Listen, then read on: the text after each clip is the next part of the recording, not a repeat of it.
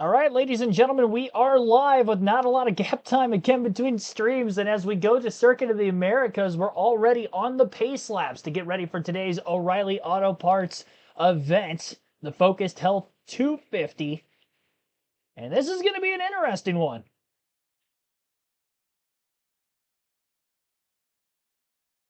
"65-lap race today around a circuit that was retransformed in NASCAR last season with a slightly different layout than before.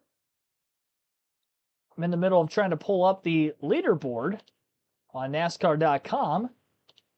They didn't have the Truck Series leaderboard till like right before the race started, so we might have some overlap here as well. Nope, there we go. We got qualifying on the screen, but I don't have like the actual raw feed yet. We'll go over the starting lineup for today's Focus Health 250 in Austin, Texas. Connor Zilich going to be on the pole with Shane Van Gisbergen on the front row as well. These two dominated on the road courses last season. SVG and Cup, Connor Zilich and Xfinity, and now they go head-to-head both today and tomorrow. Going to be a lot of fun to watch the battles between those two. They're both starting mid-pack in the Cup race, but today they're going to be the heavy favorites starting on the front row.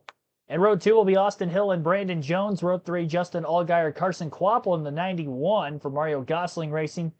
Brett Cruz in the 19 making his Xfinity debut, or O'Reilly debut, on the inside of row 4 alongside Sam Mayer, multi-time road course winner in the series. Row 5 will be Sheldon Creed, who got his first career win last week at Atlanta, and Sammy Smith. Jesse Love, Corey Day will line up in row number 6. Row 7 for Austin Green, Taylor Gray. William Sawalch, Anthony Alfredo will be in row 8. Row 9, Preston Pardis, Ryan Sieg. And rounding out the top half of the field in row 10 will be Raja Caruth and Nick Sanchez. Ross Chastain, Sage Karam in row 11. Harrison Burton, Blaine Perkins in row 12. Josh Bilicki, Brennan Poole will be row 13. Row 14 for Dean Thompson and Alex LeBay. Row 15, Parker Retzlaff, Jeremy Clements. LeVar Scott, Patrick Staropoli in row 16. Row 17, Ryan Ellis and Jeb Burton. Kyle Sieg, J.J. Yaley, row 18. Balsamar Leguizman will be in row 14 alongside Austin J. Hill, a different Austin Hill. And then in row 20, Josh Williams and Tyler Gonzalez. Although 38-car field, 2 went home after qualifying took place yesterday evening. Both Zilich and SVG at Junior Motorsports. Zilich in the number 1. Interesting because, in the 88 before full-time last season. But he's going to be in the 1 car. And Shane Van Gisbergen in the number 9, which is the same car he ran in a couple of the O'Reilly races last season as a part of JRM. So that is your full field starting lineup for today's race. Third and final live commentary stream of the day will also be live tomorrow with the NASCAR Cup Series race at Circuit of the Americas. Shoutouts to those of you watching in the early going to the stream: Mike G, AJF, Easy Network, Sharik B, Terry Lewis, Billy Kramer, Bam Hall, and others. Thanks for tuning in. We've got 10 likes on the stream already as we're about to get things started. Lights are out on the pace car. We'll be going green this time by.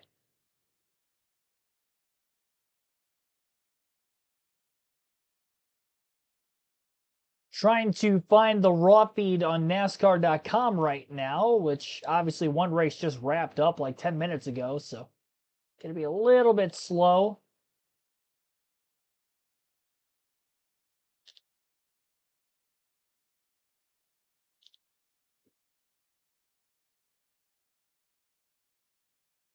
Might just end up having to have the qualifying leaderboard on for the first few minutes of the stream,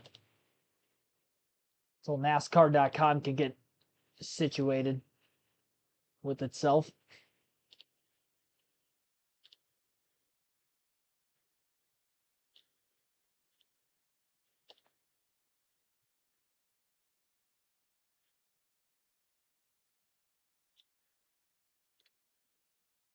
Pre-race quiz today? We didn't have one today. We only do that for the Cup Series. And we only technically did it for the Truck Series last week because there was a rain delay at the start and they got going about an hour late, so. No quiz today. Going to be going green in COTA. Circuit of the Americas. For a little O'Reilly Series racing here on this Saturday afternoon. Temperatures in the mid to high 70s. Beautiful weather.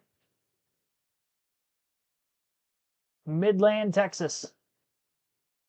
Green flag is in the air. It'll be Connor Zilich, the Phenom, leading us to the green and up this gigantic hill into turn one, which will be a hard hairpin-like left-hand corner. Austin Hill out of line 3 wide, being ultra aggressive on this opening start.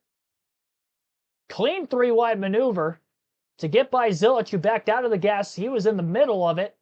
SVG is going to come out with the lead. Hill a bit wide out of turn 2. And into the S's, Connor Zilich gets one of his 2 spots back into second behind Van Gisbergen. Does not want to let that 9 car get away. These two are going to have some great battles with each other head-to-head. Zilich won more of the head-to-head battles than SVG that they had last year. Zilich getting the Watkins Glen and Sonoma race wins, while SVG beat him on the Chicago street course race.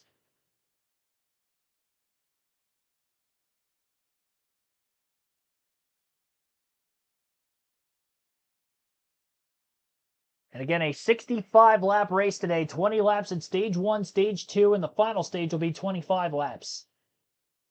They will not have to pit for fuel or tire purposes in the middle of any of these stages. And already side by side for the lead on the opening lap. For a brief moment through the stadium section, Connor Zilich attacked on the outside. Was now able to stay along with them to get to the inside of turn 19, which was likely the thought process there. And at the completion of the opening lap, it'll be the guy who started second, leading the guy who started on the pole. SVG leads lap 1. Sammy Smith went wide out of turn 20, costed himself a position and backing up a huge line of cars going down towards turn 1. 19 to Brent Cruz looking underneath of him.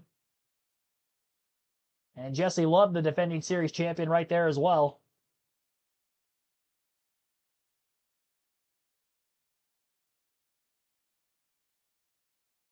Through the S's single file. Not an area of the track you want to go side by side, but because it's one of the front couple corners of the racetrack out of turn 1, it's kind of hard not to on the restarts.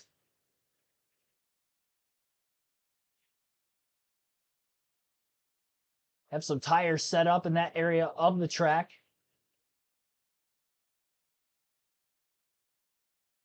Try to keep cars from going off course and cutting. So a little bit more leniency with NASCAR in their course cutting penalty procedures at COTA this go around. With that being the case, basically you hit one of those tire packs, you're going to have severe damage to your car. Kind of forces drivers to have to stay on line. They could still completely miss the corner underneath the tire pack. Obviously they'd have a stop and go penalty there and likely would end up losing time as well. How they could be forced off course. Not as much of a time advantage because you have to go so far wide to miss it.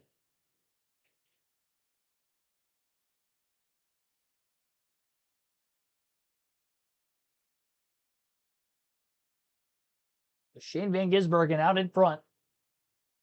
He'll lead the first 2 laps of the race. Connor Zilich in second, Austin Hill in third, Justin Allgaier fourth, and fifth is Carson Kvapil in the 91. Great to see Kvapil in the 91 car having that solid of a run. Will be part-time at Junior Motorsports this year, trying to put a full season together. So him driving the 91, a part of that this weekend. For a drivers-only championship, try to keep himself in it. We've seen Ross Chastain have decent runs in that car in the O'Reilly Series. Chastain, coincidentally, in the field today, but he's in the 32 for Jordan Anderson Racing for the second consecutive week. After nearly getting them a win at Atlanta a week ago, was battling Austin Hill in that final lap. Before it was Sheldon Creed sneaking away with the race victory by the end.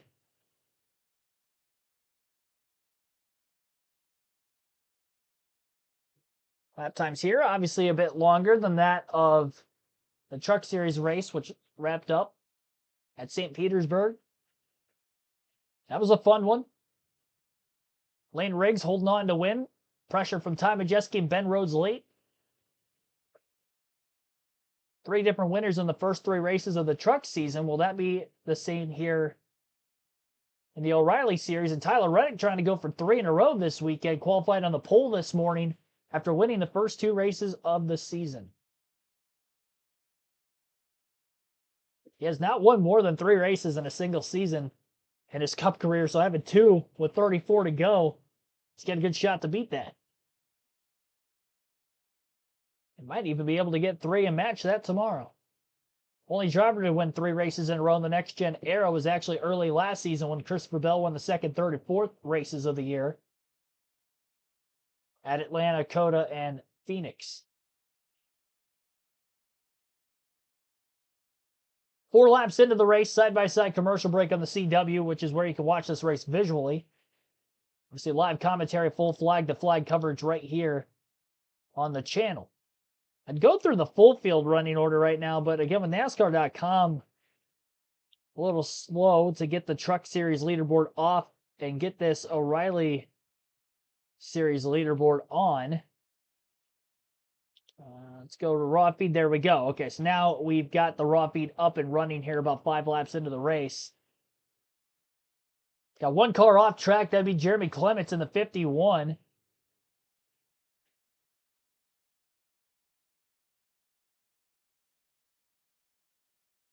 Justin Allgaier trying to make a pass on the 21 of Austin Hill. After just getting by the 91 of Carson Kvapil, who had gotten by him just a couple corners before.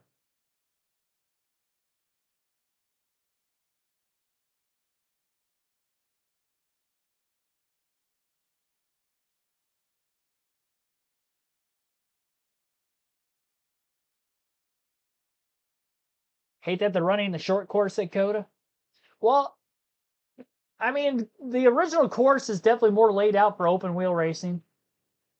These big, heavy stock cars, it takes them a long time to make a lap, and they don't have as many laps in race because of it. The fan perspective, if I were to put myself like at the racetrack, getting to see my favorite drivers fly by 95 times versus 60 is a lot. I was at Road America once before, and that was a 60-lap race. And just not seeing them much. And that's not even counting the caution laps involved in that. There isn't a lot of green flag racing you get to see on a longer course, even with a series that races longer races like NASCAR. So for that side of it, I don't mind it. And these cars race really well on short tracks, especially when it comes to like the lower series. So seeing them on road courses, it's almost like an overgrown short track. This has more of a short track feel with tighter confines. Field's not going to get as spaced out as what we've seen in the first few years of racing here. Zilich continuing to put pressure on Shane Van Gisbergen as they come back from commercial. It's been so close to getting alongside of him for the lead. It's kind of setting him up with those wider arcs at times. Backing up the corner to win the race, back to the throttle on corner exit, giving up on entry. It's the tactic out of Zilich. Into turn 20, not going to overdrive it too hard. Very good racecraft out of this driver of the number 1 here today, 19-year-old. And he might try to make the pass down into turn 1. He pulled out of line pretty quickly. He's on the inside of Shane Van Gisbergen. SVG will surrender the position, and Connor Zilich out in front. And Gisbergen trying to get a over-under move, but I think more of that was just letting the 1 car go for right now and not wanting to battle this early. Neither one of these two are racing for points in this series, so they are very likely to be hitting pit road and making some green flag pit stops before the end of the stage. They're going to be sacrificing stage points today. As for some of the others, can't guarantee who's all going to do that, but I can guarantee these two are definitely not staying out for stage points. Pit road closes with 2 laps to go in the stage when the race leader gets back to the start-finish line. Points are awarded to the top 10 spots. 1 point per position. And you see a lot of flipping at the end of the stages on the bigger ovals like a Pocono, sometimes in Indianapolis. And obviously on road courses here because you won't go a lap down making a green flag pit stop. Obviously, depending on how far back in the field you are, you could, but most of them will not. especially in just a 20-lap green flag run in this first stage to get to that stage end. Show the replay of Jeremy Clements going wide. He was in the S's when he lost control of his car. Spun out. There was some slight bit of gravel pit that he was stuck in, was able to get back going again, so that's why we stayed green.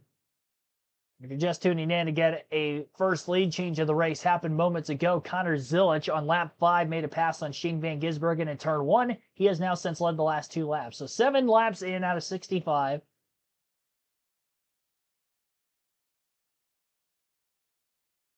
Connor Zilich is the race leader. Shane Van Gisbergen in second. Austin Hill third. Justin Allgaier fourth. Sam Mayer rounds out the top 5 at 5th. And then 6th place is Brandon Jones. Carson Quapple is faded back to 7th. Brett Cruz 8th. Jesse Love 9th. Corey Day rounds out the top 10.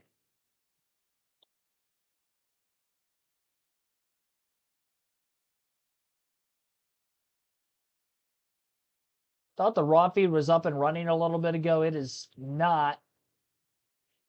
Or at least it's not lap by lap. I think when I refresh the page or log out, log back in, everything's updated, but we don't have a lap counter on our screen right now, so we're still missing some stuff. Gonna have to bear with me for a bit.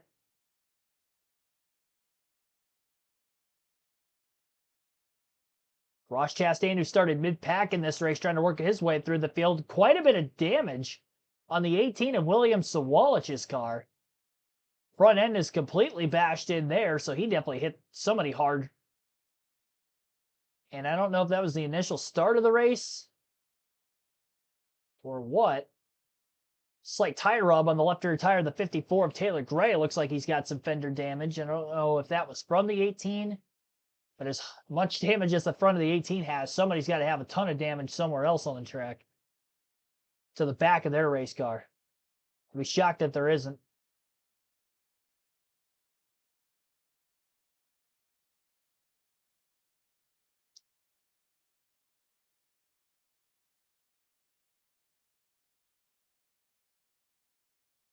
Got to be blocking the vision out.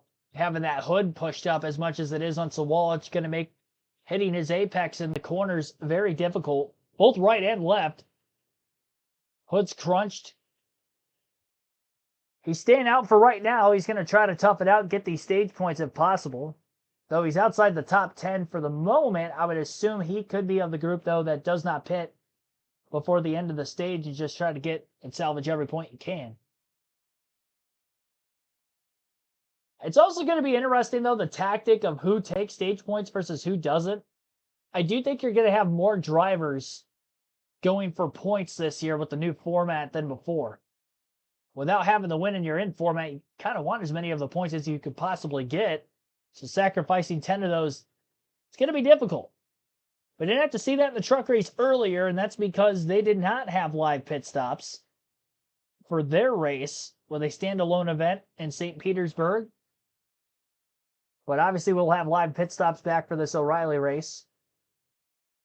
And unlike in the Cup Series, you usually don't see guys from a higher series coming down to not have to get the points like a Zilich, an SVG, a Chastain, and 3 Cup regulars in the field today. And only driver not running for points in the race tomorrow is going to be Jesse Love in the 33, who had a pretty decent qualifying effort earlier today. I believe he'll be making his road course debut in the NASCAR Cup Series. The 33 likes already. Appreciate everybody that has hit the like button so far. Subscribe for more NASCAR content. We'll take our first break. You're listening live on KRC.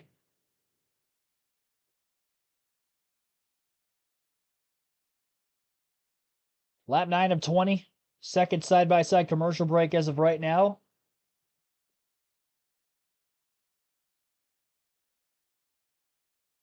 For those of you that are watching live on the CW,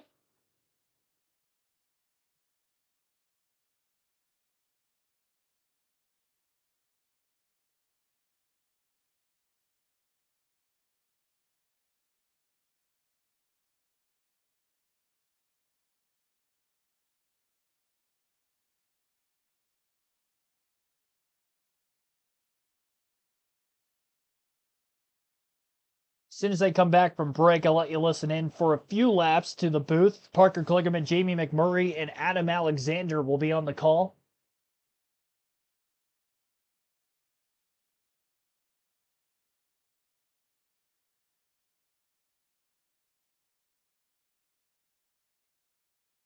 We'll be about halfway through stage one. So Zilich started on the pole. We had a lead change on the first lap. SVG led for 5 laps. Connor Zilich has led the last 4.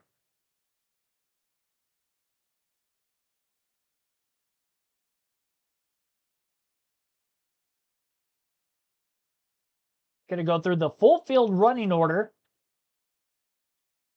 that scores Connor Zilich out in the lead for right now. Shane Van Gisbergen is second. Austin Hill third. Justin Allgaier fourth. Sam Mayer in fifth.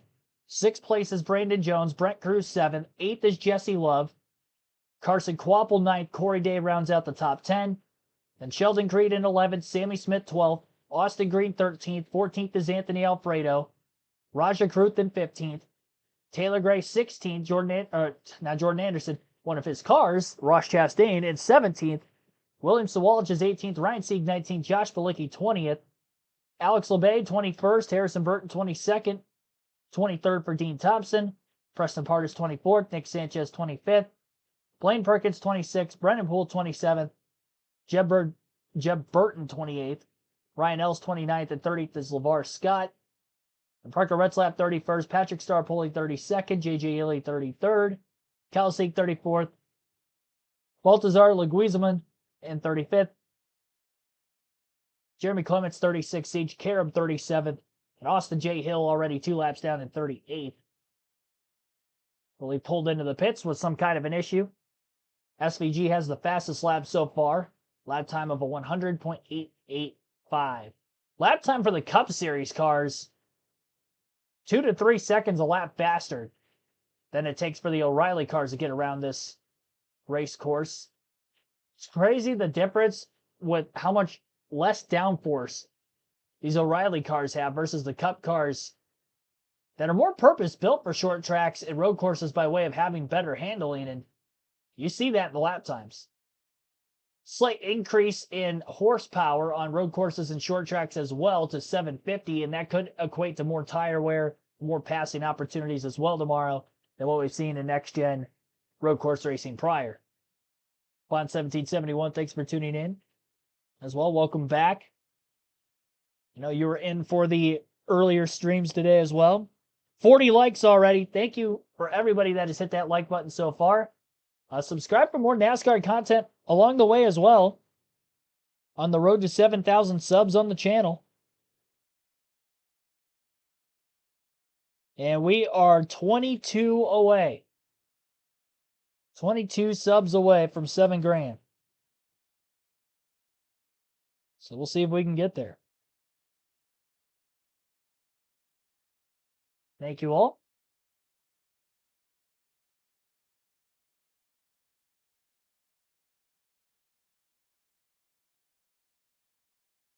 Nine to go in the stage this time by. Zilch's lead over SVG is only about 0.6 of a second. And we've seen a decent amount of fall off already. Connor Zilich that last lap about 0.8 of a second slower than his first lap, and we're only 11 laps into the run. So over the course of a full stage, might see about 1.5 seconds or so of fall off. Unless there's a huge clip, which I don't think is going to happen. It might happen more in the Cup race tomorrow, but that final stage is also much longer tomorrow with the extra 30 laps in the race than what we have today.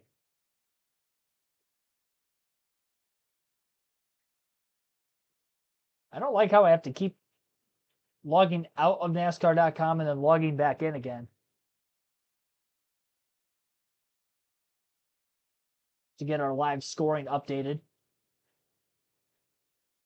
And again, I apologize that there is no lap counter as well on the raw feed, but there's not really anything I can do specifically there, other than constantly refreshing the page for the actual leaderboard side of things.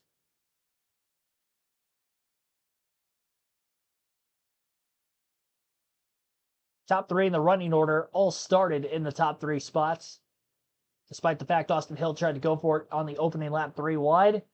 Came out of turn 2 in third place anyway. It was a clean 3 wide move, though. I will say there was no contact between them. Not seeing a poll. I did not get a poll uploaded. Thank you for that. I'm going to work on that right now, actually. Thank you. I didn't have any time in between streams today. I was late on the truck race getting that up, too. Who will win at COTA? We're going to go SVG.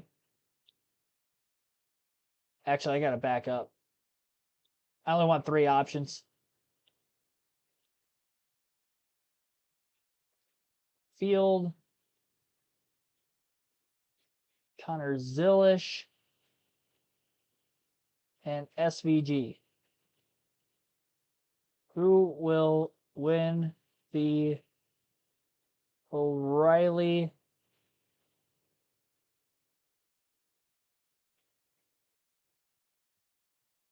Series race at COTA? So there's our chat question. SVG, Connor Zilich, or the field?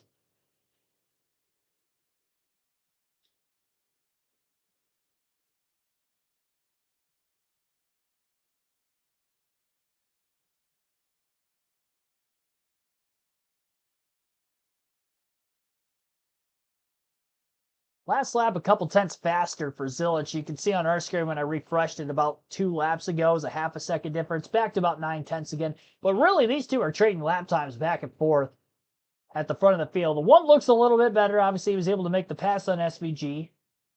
And Gisbergen maybe could have battled him a little bit more for it, but losing pace now with 7 to go in the stage. Great way to explain that is instead of, you want the corner to be shaped like a diamond. You want to have like point, turn, my description. Except, I was confused by it. Oh, okay. That's good to know. If you're confused, then nobody knows what I was talking about. Look at the win percentage for these two when it comes to road racing in the O'Reilly Auto Parts Series. Zilich has been ridiculous. Never finished outside the top 5, winning 6 of 8, 75%, as good as it's ever been at this level in NASCAR. And here's something to introduce as we watch these two out front coming to 6 to go. You know, strategy going to be part of the equation. And while stage points are going to be enormous for all the series regulars, 2 guys out front aren't running for pole. So how do they handle the end of the stage? We'll break that down when we get there. Meanwhile, the battle for fourth, Sam Mayer getting after Justin Allgaier. Here he goes down into 12, just peeking there. Justin couldn't commit to the corner because he saw that. Probably was alerted by his spotter. That made an awkward exit for Sam. Couldn't quite get the run out of the corner that he wanted. You got more, Dylan?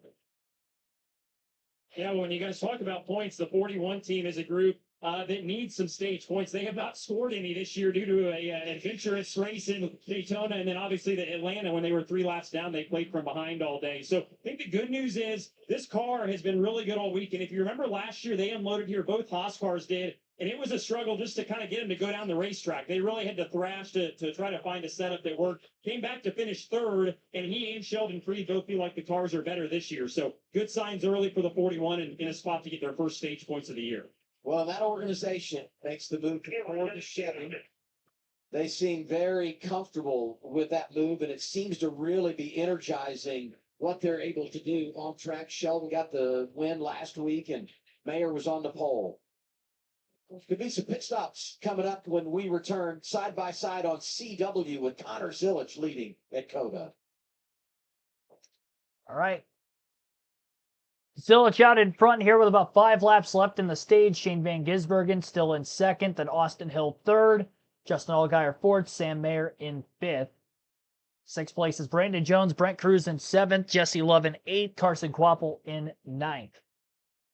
Rounding out the top 10, Corey Day in 10th. So that's where we're at so far. Stage 1. I did put the poll up. I'll wait until a little after the beginning of the final stage instead of right at the end of stage 2. 50% of the votes going Connor Zilich's way. Of 14 so far. Plenty more votes, I'm sure, will be casted. We had over 70 in the truck race earlier. Christopher McComas, thanks for tuning in. Hey, from West Virginia, welcome in. Bam Hall picked Connor Zilich. All right.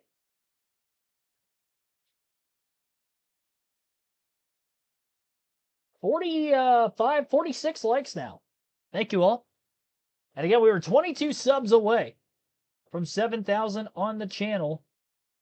When we checked last commercial break, we are now still 22 away. So if you haven't hit the subscribe button yet, definitely do so. Helps the channel out a ton. Let's get to that 7,000 benchmarker here by the end of the weekend. 3 p.m. Eastern start, same start time as today for tomorrow's Cup race. That race a little bit longer, 30 laps in length longer.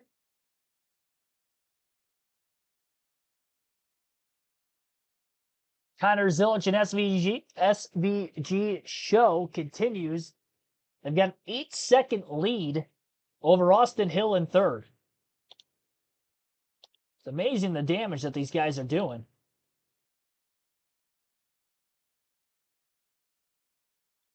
On the rest of the field. There you see those intervals, excuse me. Zilich with an 0.8 of a second lead over Shane Van Gisbergen, 8.1 seconds over Austin Hill, 10.6 to Justin Allgaier, and 11.2 to Sam Mayer. Coming off of turn 18, Connor Zilich leading at Circuit of the Americas, 0.8 of a second in front of Shane Van Gisbergen. There'll be 4 laps to go, stage 1, when they come around this time. Raja Karuf slowly, methodically picking off spots, drives by the 96 of Anthony Alfredo, driver 88 up to 14th in the running order. Yeah, I think he's doing a great job here. I was texting with him earlier today and just, sort of talking about what did he feel yesterday. And he said, there's a couple of things I know I was doing wrong that I could see and that I wanted to do better. But then also, this is not my strong suit, but I just want to learn. And I think I can just move us forward. And that's exactly what he's done. And when you have forward progress like this, at a road course, when the tires are falling off, the brakes are hot, it just gives you so much confidence as it builds on itself because you feel like, okay, as this race goes on, I could just get better and better, and I could see myself getting towards the front. He looks significantly more comfortable. Like just watching the car movements today, the placement of the car through the S's. I think Raj has learned a lot over the last 24 hours. He's applying that, doing a great job. Pit stop for his teammate, Sammy Smith, on the pit lane. His car had drifted, and maybe it wasn't where he wanted. Not sure what could be going on here, but this could be, scheduled stop to make an adjustment. Yeah. You flip the stage and maybe gain a little track position when everybody else pits at the end of the stage under the caution. We would anticipate these drivers up front would flip the stage as well because there's no doubt Zilich and Van Gisbergen are not chasing points. And we continue to see the connection for fourth on track. Allgaier just hanging on to that spot in front of Sam Mayer. Sam's been working him over for 6 or 7 laps. We heard Allgaier mentioned right before we went to break that he might have been having some fuel pressure issues. It looks like he's recovered from that. Oh, Sam's getting really good drive off of that corner. But I've watched Justin here all day long run a wider line than most guys. What he's found, but he is, even in qualifying, he had like a super wide line around there. And is able to hold off Sam around the inside of 18. That's really difficult to do. Puts you the inside of 19. But that is not the preferred way that you go into sort of that carousel. You want to have a shallower entry typically, but let's take a listen to his radio. More issues back here in the yard. Henry, the good, a little bit. Copy. That's a good word. So that could be a little bit that you heard. Maybe he's having fuel pressure issues, and that could have been that stumble there out of 15 towards the carousel. That's SVG gets right to your bumper here, Zilich. The racing on track and should be racing at pit road this time around. Pit road closes with 2 laps to go in the stage. Both these guys can hit no problem before the pit lane closes as they put distance between themselves and third place Austin Hill. Sheldon Creed had to come a little bit earlier because pit road would have been closed by the time he comes. Scheduled green flag pit stops here. Brent Cruz also giving up a spot inside the top 10 to get green flag service as we head toward the end of this opening stage. and Ross Chastain, Cup regular, not running for points. He's going to flip the stage to gain some track position when we begin stage 2. Also saw Taylor Gray in doing the same. I think that Connor's sleeping right there. Connor kind of managing the tires and knowing they're going to pit here soon. Because as soon as, Connor ran a quicker lap last time by. Shane snuck in there, got by him, and it's going to put him on the right side of this. They are both up coming to pit road. He went so wide. Yeah. I'm like, he's not going to pit. But look at the gap he's got here. He's got about a second gap, which will benefit them in the stop. Let's go to Kim Kuhn, Progressive Pit Road.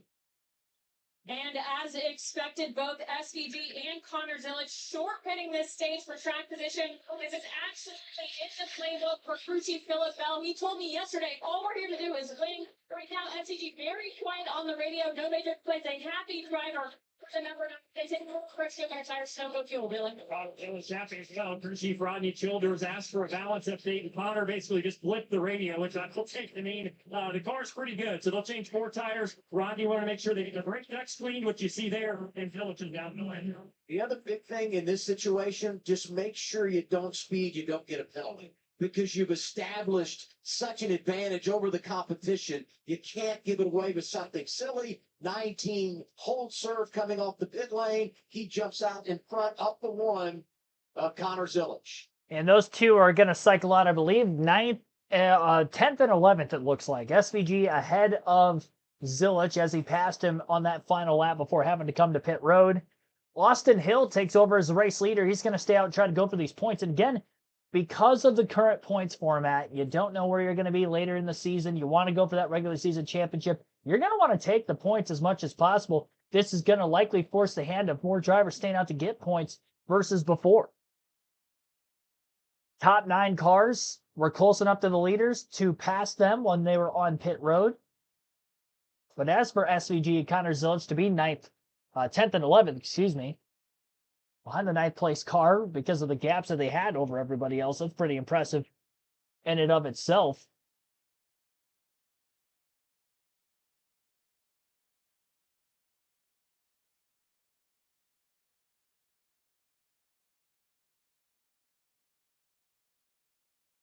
Lots and lots of racing to go. Final lap of the stage. Hill's got a 4-second advantage over Justin Allgaier, so he's pretty much got this stage on lock. Tight battle between Allgaier and Mayer have been going on for what is now 2nd place. At the time was for 4th. And they got side by side with one another a few laps ago on a couple of occasions.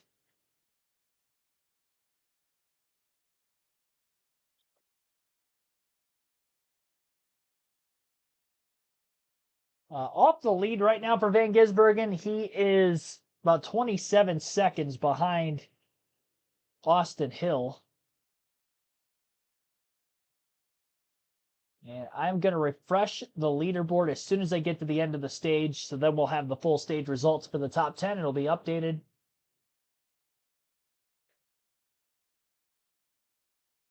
Sam Mayer trying to take another crack after Allgaier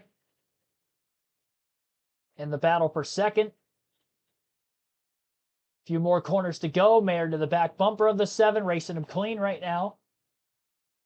Trying to find a way to finesse himself around the 7 without having to use the bumper, I would assume, especially this early in the race, stage 1. Mayer on the inside of turn 18. That's going to put him on the outside of 19 if he would have stayed up there. Now he's back in line behind the 7. Gives him a little bit of a tap. That only pushes the 7 forward. Final corner, turn 20. Mayer dives to the inside. He's underneath. Coming up on the finishing stretch. He's still there. Allgaier slips, getting back to the gas. And Mayer, great job, is likely going to hold on for 2nd here. Last corner, last lap pass for 2nd place. Austin Hill, via pit strategy, was in 3rd the entire time. Will win stage 1 after the 2 leaders of SVG and Connor Zilich pitted. We'll take a look at the rest of the stage 1 results. And they are as follows. Austin Hill with the stage victory by about 5 seconds over Sam Mayer in 2nd. Then Justin Allgaier 3rd. Brandon Jones 4th. Jesse Love in 5th. Carson Quappel 6th. Corey Day 7th. Austin Green 8th. Raja Caruth, 9th. Shane Van Gisbergen rounds out the top 10. That's your full field running order. We'll take a quick break. You're listening live on KRC. It's a full flag-to-flag coverage of today's race at COTA.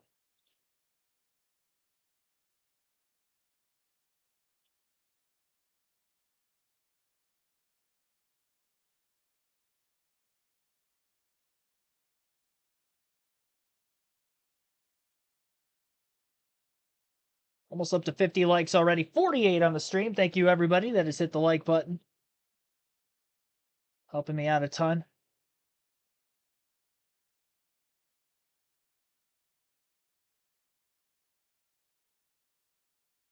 So thank you for that all.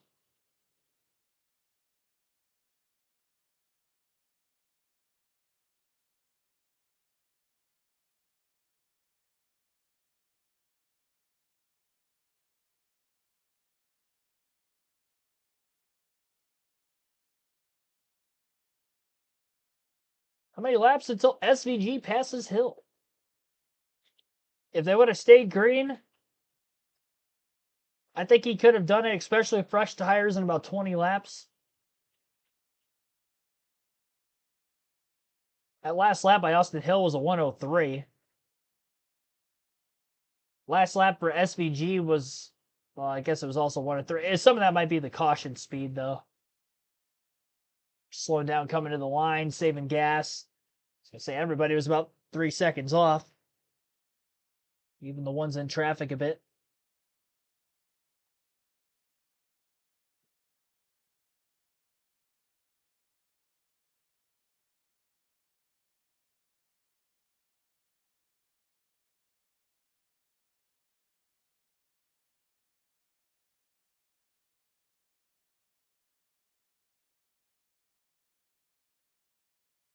Come back from commercial, let you listen in to the coverage as we'll have more pit stops for those that have not hit pit road yet.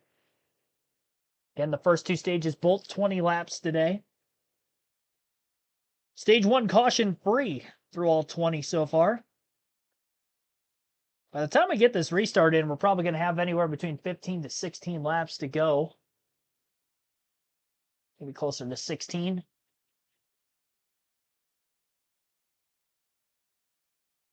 Have about 4 laps of caution.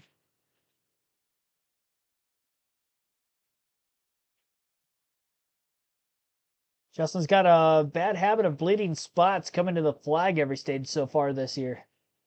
Yeah. Just unable to protect. Every point matters. Lost one on the final corner there. And he had a pretty decent gap back to Sam Mayer as well. It's almost like he's just being too protective with his race car. Instead of just driving it like he has the entire race to get to where he's at. W is brought to you by KFC. It's finger looking good. Toyota. Let's go places. And by O'Reilly Auto Parts, your professional parts people. One stage down, Circuit of the Americas for the NASCAR O'Reilly Auto Parts Series. We're live on CW. Boy, the sights are outstanding. Parker asked what it would cost me to wear that. I said, there's not enough. There's not The enough. Powerball's not going to do it for me. Well, you showed up in it. If you were that, we'd call you a power mover. You know what I mean? In honor of Powerball. But such a great weekend. Warm temperatures, mid to upper 80s, and great time to come out and watch in an awesome facility. What a shock from Atlanta. I mean, 40 wind, terrible, the perfect weather here this weekend. Shane Van Gisbergen, despite the fact that he flips the stage, has run every lap today inside the top 10. It'll cycle to him, and a good start to this race. Great weekend so far for Austin Hill. Delivers in practice. Nice job in qualifying, and able to get the stage win after those guys that are also going to run on Sunday came down pit road to flip the stage. He's so good on these road courses, especially this one. If you think back to the last few at the end of the race in the battle for the win, he was always there, it seemed like. Now you've got to execute on the pit lane. Aggressive pit road is open. Hill lead them down. Here they are, Ken Kuhn.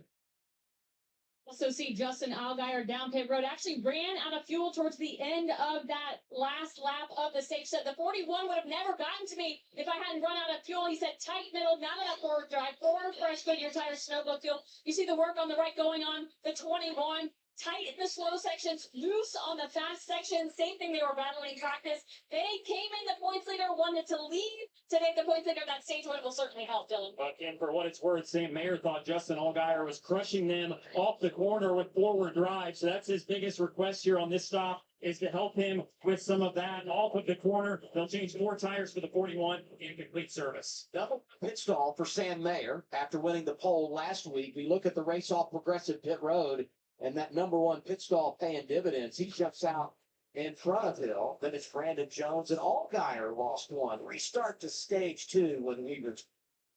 All right, so stage 2 going to be coming up here pretty shortly. Pit stops just unraveled for those that stayed out to get those stage points. Austin Hill, the stage 1 winner.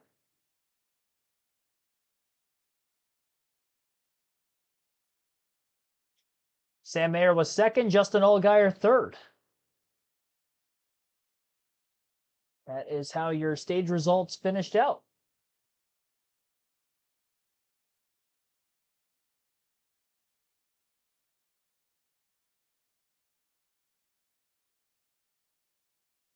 Awaiting the next restart. I'll update the leaderboard based off of pit stops that just happened. The NASCAR's raw feed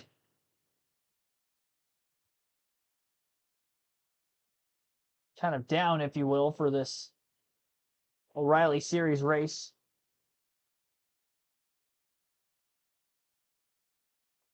Sam Mayer in the 41 car on track. I believe he was on pit road, so you have to cycle him back.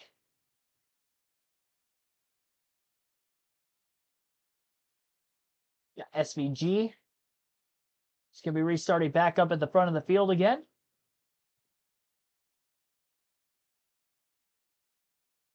Same for Connor Zilich after pitting and surrendering their top 2 in the running order.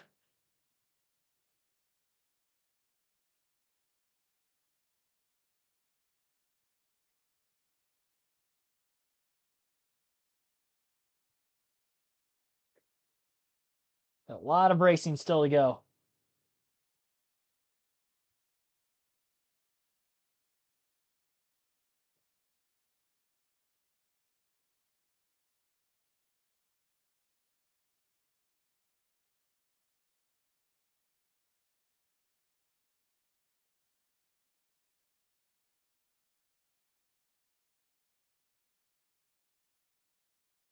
So I got the local commercials going on right now on the CW on my end. And we'll get back racing at some point, sometime soon.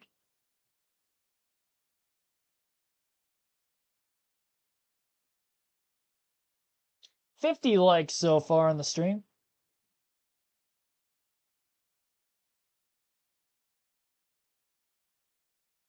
Thanks for everybody hitting that like button. Really appreciate it. 21 subs from 7,000. Pre-race for tomorrow's Cup race at 3 p.m. Eastern, our final live commentary stream of the weekend.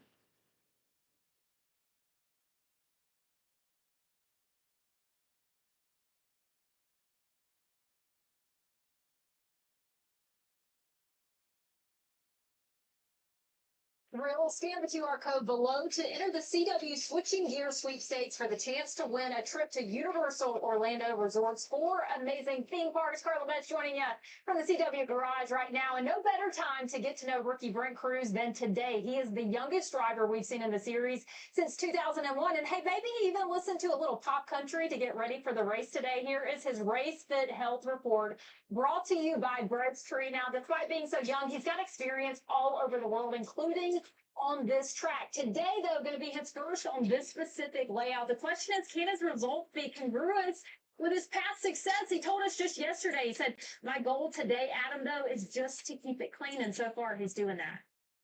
A whole lot to analyze here. And I love the thought process on how to manage the race, but I have to go to that favorite snack. If it's trail mix with a lot of M&Ms, is that kind We're of... in. Well, that's a Jamie McMurray question because It defeats the purpose. this man doesn't lives on that stuff. I'm pretty sure. I'd say with that name, Brett Cruz, get used to it because you're going to see it for a long time. He's incredibly talented. He's got a decent run going here today. Well, he's third because they chose to flip the stage. 12 drivers stay out at the caution because they had pitted there prior to pit road closing at the end of the stage. He was one of them, and he's going to be right up front mixing it up with the best of the bunch. And now let's listen in to Connor Zilich radio communications presented by Starkey. Scan the QR code now. What you got with the brake? I don't know, like it's pulling right and I feel like I've lost so many hours. I can't read how that it's pulling right and right down. I feel like it.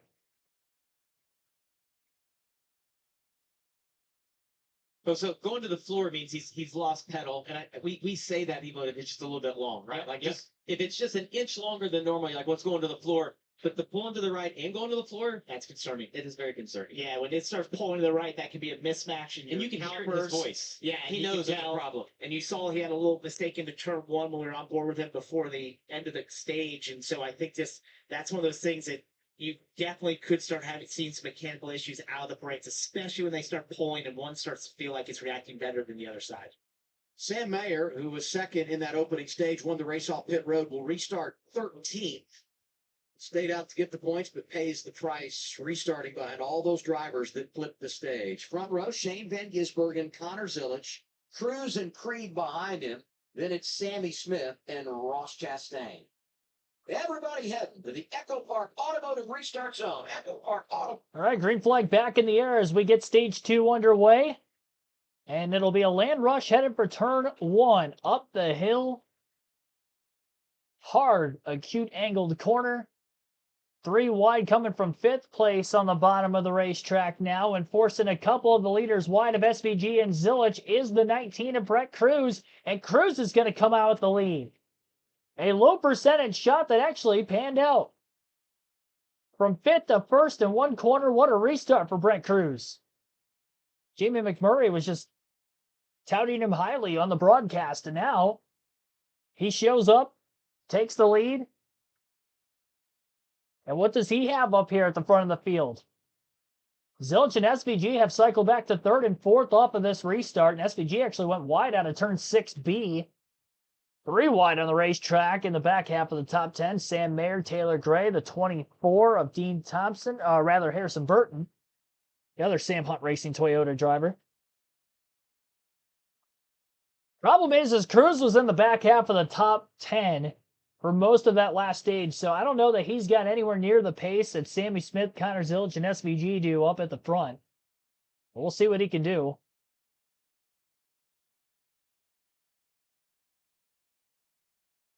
Around the bottom here, it's the 19, 8, 1, and 9. All nose to tail.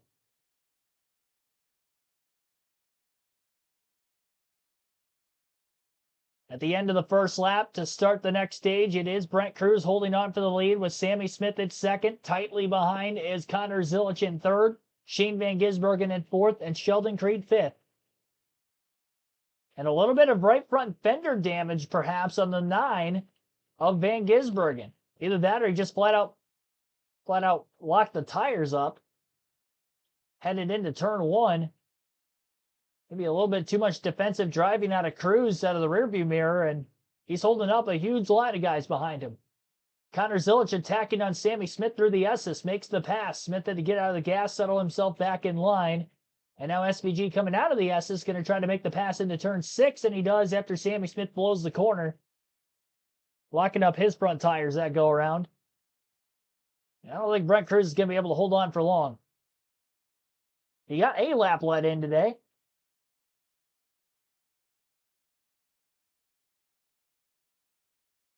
SVG's pushing extremely hard. I think everybody's just locking their tires up. I don't think there was a tire rub of the 9 because I saw some smoke again. And also the one of Connor Zilich maybe pushing a little bit too hard as well as he locked up his tires.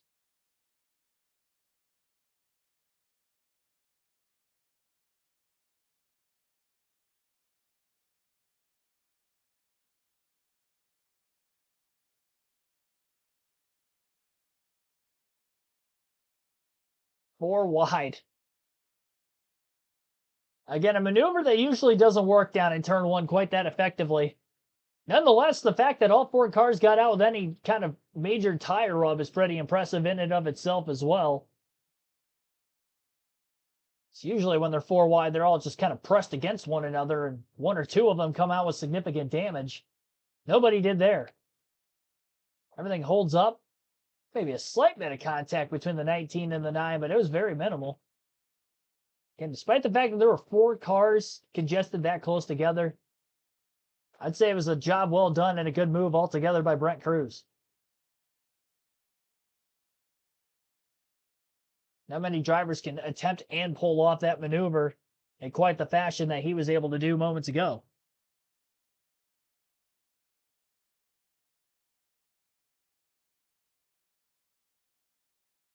It is some good racing. Big lockup for the 1 of Connor Zilich, and he goes well wide into turn 12. Pressure from Van Gisbergen. Zilich loses the spot to the 9, as well as the 8 and the 00. And now in 5th place is Connor Zilich. That's the 2nd time he's locked his tires up in turn 12. First 2 laps following the restart that has been the case. Takes a little bit of pressure off of Brent Cruz for another lap or a half a lap or so until SVG is going to have a good opportunity of trying to run him down.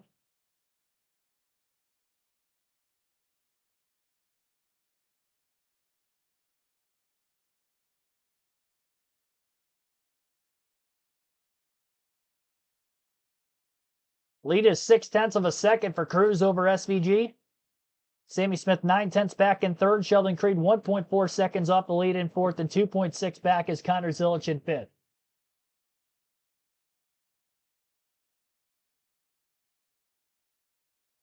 It's the top 5, the intervals between them. And we still got about 12 laps to go this time by in stage 2. Damn good racing. Battles are not done yet either. Shane Van Gisbergen back to putting heavy pressure on the 19 of Brent Cruz. And I believe they're going to be headed to commercial break, it looks like. We'll see if that'll be a side-by-side break.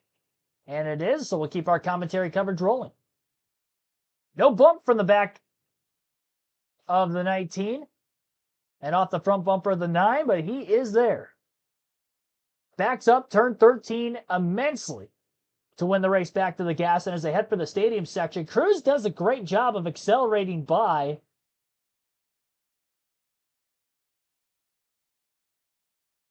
And putting another bit of distance between himself and the 9 for Van Gisbergen to have to play more catch-up. Meanwhile, on the racetrack for 5th, Austin Hill was able to get by Connor Zilich. And that 1 car's got some problems. I almost wonder if he maybe flat-spotted a tire in either of those 2 instances where he locked the front tires up and now he just can't get the car to turn over quite the way he wants to.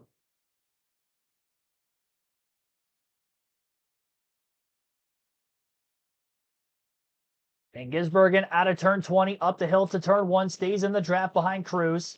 More shallower entry by Cruz. It's going to hurt his corner exit speed, and Van Gisbergen catches up just a little bit. Into the S's is difficult in the dirty air, maybe more so than any other corner on the racetrack, or sets of corners. High speed, tight, windy, downhill. Van Gisbergen closes through the S's. Looks to the inside in turn 6. Great corner. Not quite a steady wheel by Brent Cruz. He went a little bit wider than hoping. And Cruz goes wide again in turn 6B.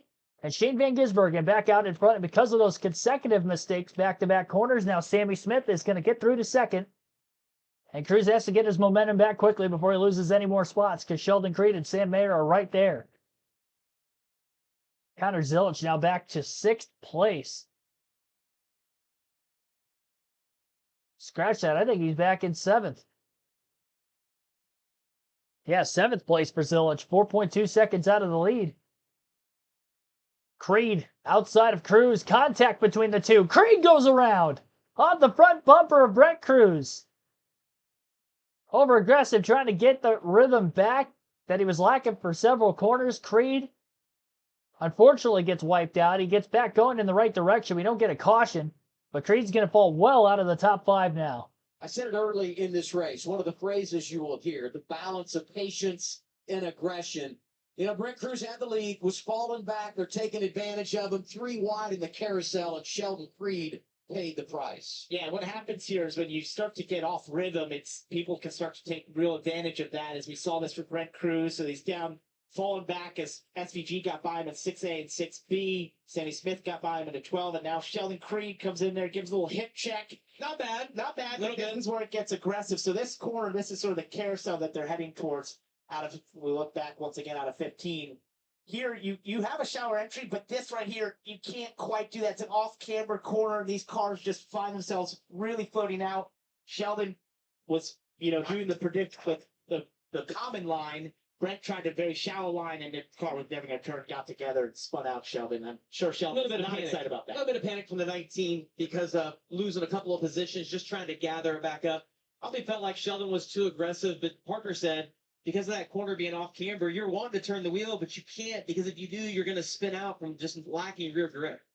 But the guy that really has gotten the payoff in all of this is Sam Mayer. The outstanding effort in stage 1 to get to second. And despite the fact you lose the track position after running it long, here he is riding third as we're right at the middle point of stage 2. He is really, really having an awesome afternoon.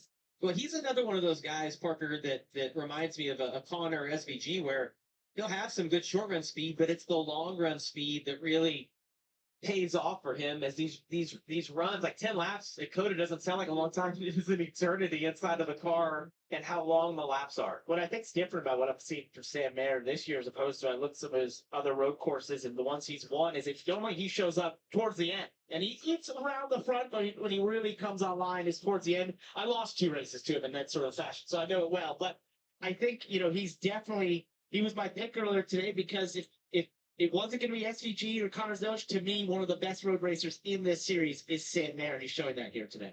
4 of his 8 career wins in road course competition. And you talk about saving the best for last. I just rewind to Saturday night at Atlanta. Starts on the pole, has a tire issue. At one point, he's 3 laps down, takes a wait around, gets a couple of free passes, and ends up finishing 7th. Really saved what could have been a major disappointment for them on Saturday, and very much in the game today. And, Sammy Smith fell back at the beginning of this race after qualifying in the top 10. But Corey Shea, his new crew chief this year, who won a couple of times on the road last year with that 9-car at Junior Motorsports, calling a good strategy. They decide to flip the stage. They get track position, and he's second now behind Shane Van Gisbergen. We'll take you side by side. Top 5, SVG, Sammy Smith, Sam Mayer, Austin Hill, Brent Cruz. It's the O'Reilly Auto Parts Series from COTA. Less than 10 laps to go now in this race. Shane Van Gisbergen out in front. Sammy Smith scored in second. Sam Mayer third. Austin Hill fourth, and fifth is Brent Cruz. Jesse Love in sixth. Connor Zilich seventh. Ross Chastain up to eighth. Harrison Burke ninth, and Nick Sanchez rounds out the top 10. 11th is Carson Kvapil. Taylor Gray 12th. Dean Thompson 13th. 14th is Sheldon Creed. 15th for Corey Day. Blaine Perkins 16th. Roger Kurtz 17th. Austin Green 18th. 19th is Brandon Jones. 20th, Brennan Poole. Justin Allgaier is back in 21st. Alex LeBay 22nd. Ryan Sieg 23rd. Preston Parters 24th. Josh Balicki 25th. Patrick Starb-Holy 26th. Jeff Burton 27th. William Sawalch 28th. Jeremy Clements 29th. And Ryan Ellis 30th. LeVar Scott 31st. Kyle Sieg 32nd. J.J. Haley 33rd.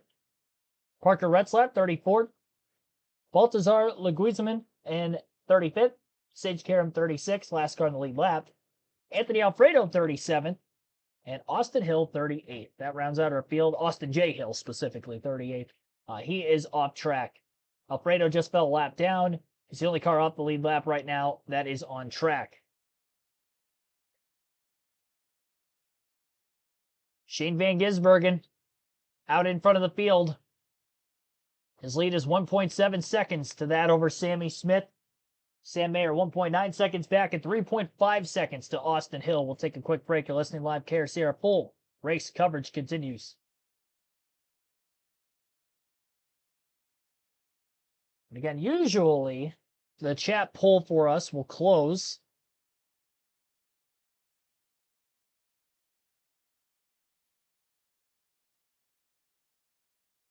for the end of stage 2. Not the case here today. That's because the chat poll did not get uploaded until a little bit later.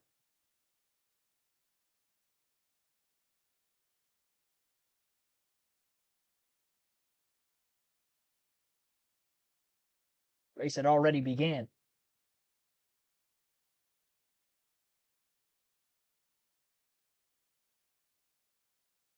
Justin Allgaier on the pit road. Green flag stop for himself. Taking a little bit of time on the right side tires. I don't think he's going to be within the fuel window to make it to the end from here either.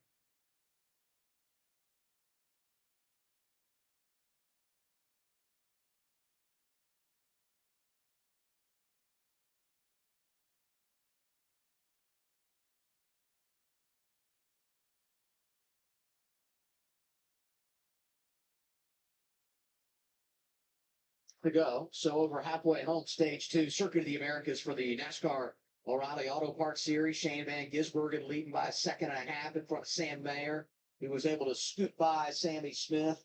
Hill and Love complete the top 5. Love in the top 5, getting by Brent Cruz, who's now 6th. And here's that race for second. This has become one of the best passing zones on the track. You kind of catch the guy sleeping right there into turn 6. Sneaks inside of him. Sammy lets him go. And Parker, I didn't think you were crazy when you picked Sam Mayer in the pre-race. You did a little, but it's looking better. You looked Better at you're a little crazy looking, right? His lap times look good. See if he can do anything with SVG. I think I know what I'm talking about or something. You know, Well, they've really played it well. It's kind of the best of both worlds. You run it long, stage 1, get the stage points, and now you have the track position to give you some options at the end of stage 2. I referenced the fact that Jesse Love, last year's champ, has made his way into the top 5, passing Brent Cruz. He's doing something that's going to break his record here. He had 2 races here, 2 6th-place finishes. He went from 6th to 5th. I mean, what's he doing? The driver of the 2, though, having a real good day and doing double duty this weekend. Well, and he's listening to what Danny Stockman and his spotter have been telling him throughout the race, because as I watched the lap times, the 2 car just Not with it. I agree. Look at your clean air. If you've got clean air, it don't matter as much. But if you he's done a great job lap time wise. He's been top 2 or 3 as you hear them talking that tires maybe not as important as what we've seen in the past. They feel like clean air is maybe worth more than the tires. that's been a discussion. As you see some of those newer asphalt patches around here, it's sort of a discussion of what the actual tire wear is here. Last year it wasn't as bad as we'd seen in the past, but some people thinking, hey, this track has a whole other year of wear on it. Maybe it will have the same fall off that we've seen. So that's been a question mark for a lot of the teams. So we go on board with Brent Cruz here, who fell back from the lead. He's settled into a solid position here in 6th. Still, overall, a very impressive day, to get to the lead the way he did in his first start. Well, and still right in it. I mean, Absolutely, in yeah. 6, you kind of everything stabilized, and you got good track position. Well, I find the tire discussion super interesting because this track is very fast. Obviously, the S is flowy, a lot of speed, but there's a lot of slow corners here, and there's a lot of acceleration that you have to have. And tires, if you don't have rear tires, you cannot accelerate out of the corners. There's so much lap time to be made up there. And That's a big crash. that's like Eastman, I believe. I was waiting on Parker to say it. Yeah. Wow. A huge hit right there. Earlier, but here in the gravel into the tire barrier. Where is he at on the track? I believe it's turn 2. Yeah, Oh, turn 1. Yeah. Well, you got to think that maybe a brake issue, something to wreck right there, something broke. And we just now get the caution. We had stayed green, but the caution comes out here. First caution of the day for an incident on track, second overall of the afternoon, had the yellow flag that came out to end stage 1. Yeah, I figured that would be turn 2, just the way he was in the tire barrier there. That's such a high speed part of the track, but to end up there, I think you're correct. And there had to be some sort of issue to be that far off the track in turn 1. And what does this do to impact strategy? Going to be 5 laps to go in the stage when they come around. Shane Van Gisbergen leading, and here's what brought out the yellow. Every speed. Ooh. Definitely some sort of issue there, maybe lots of brakes. We'll see what happens when we return on CW. Well, that's definitely a high-speed corner to have that happen in. Well, not high speed because it's low speed to actually get into the corner, but high speed because you got to have brakes, and I don't think he had any. Either that or some kind of a mechanical failure happened leading into that. And we're under caution for just the second time today. First for incident, and it comes past halfway through the race as we have about 30 laps to go this time by. Lots and lots of racing left.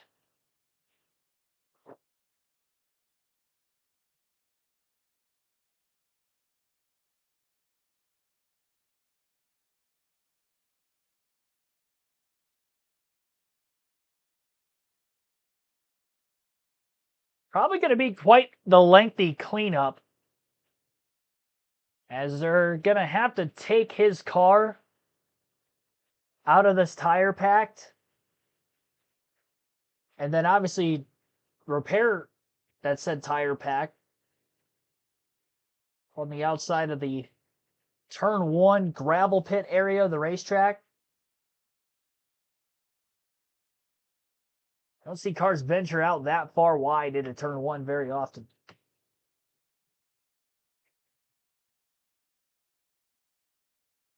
Great track design, though, because that wall not only has the tires in front of it, but the wall behind that even bent and absorbed quite a bit as well of that impact, which, as violent as it looked and in full speed, I'm sure as fast as he had hit the wall, he did look to be all right, which is good. And ultimately, it doesn't even look like there's a ton of damage to the race car for how hard he hit, which was very hard. Connor Zilich leading our chat poll right now by 2% over Shane Van Gisbergen in the field. Only 16% of you say that somebody other than SVG or Zilich will get the race win. And that's out of 37 votes. And once more, we are under caution at Circuit of the Americas.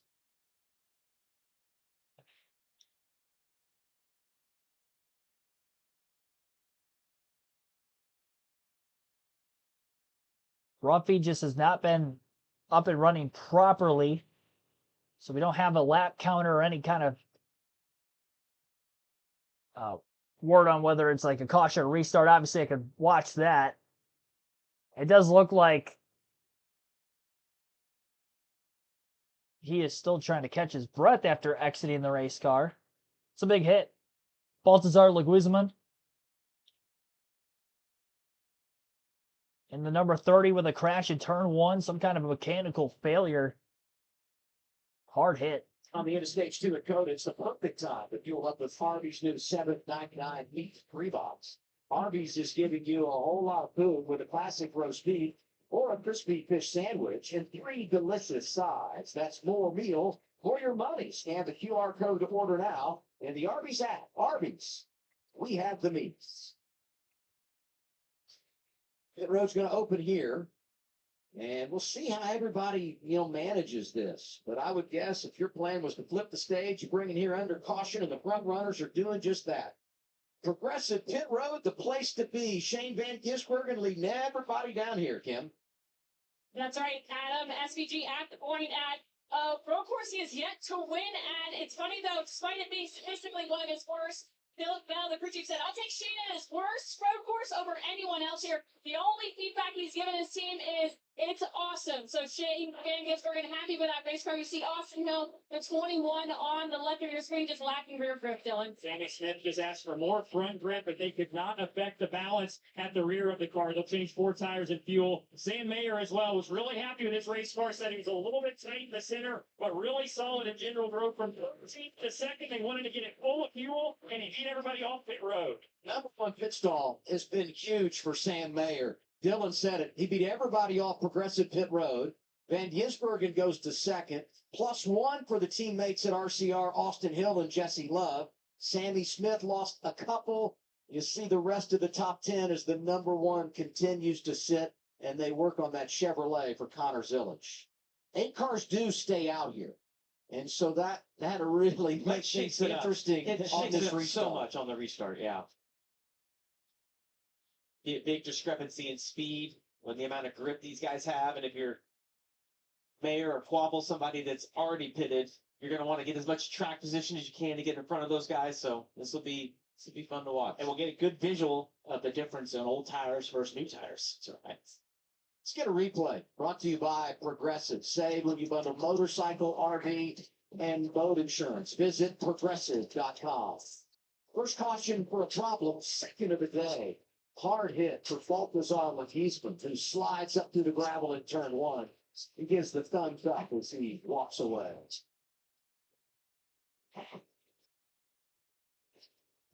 Definitely got the wind taken out of him. A couple times was bent over before getting into the back of the ambulance, which will take him to the infield care center. But glad to see him walking, at the very least, to get to that area.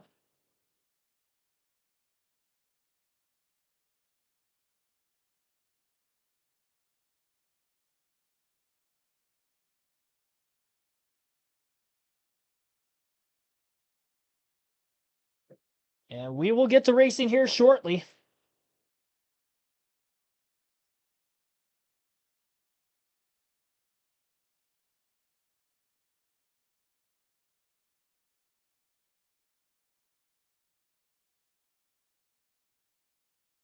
Obviously, when they do come back from restart, we're only going to have a couple laps to go in the stage.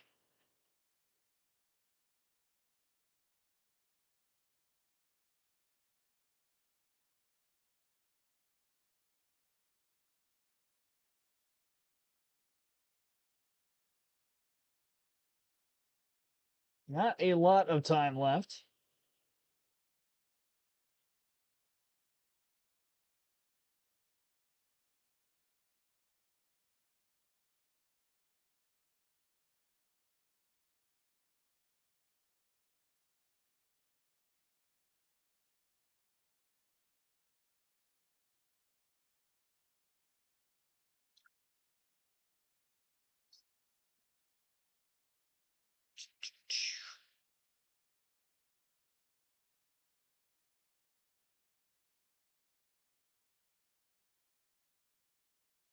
See what the chat's saying.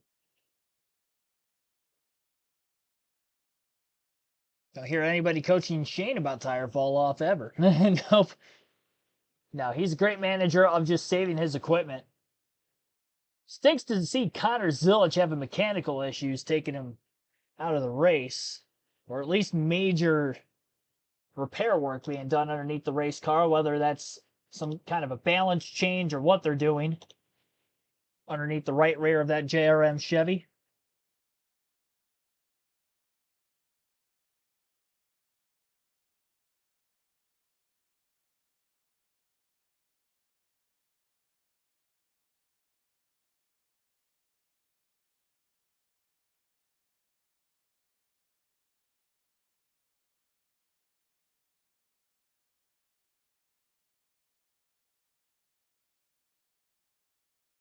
Do.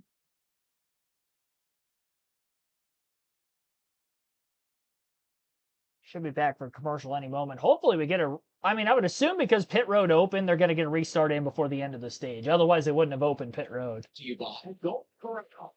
Gold Corral honors our nation's heroes. Progressive Insurance. Get in the savings lane today. Visit progressive.com.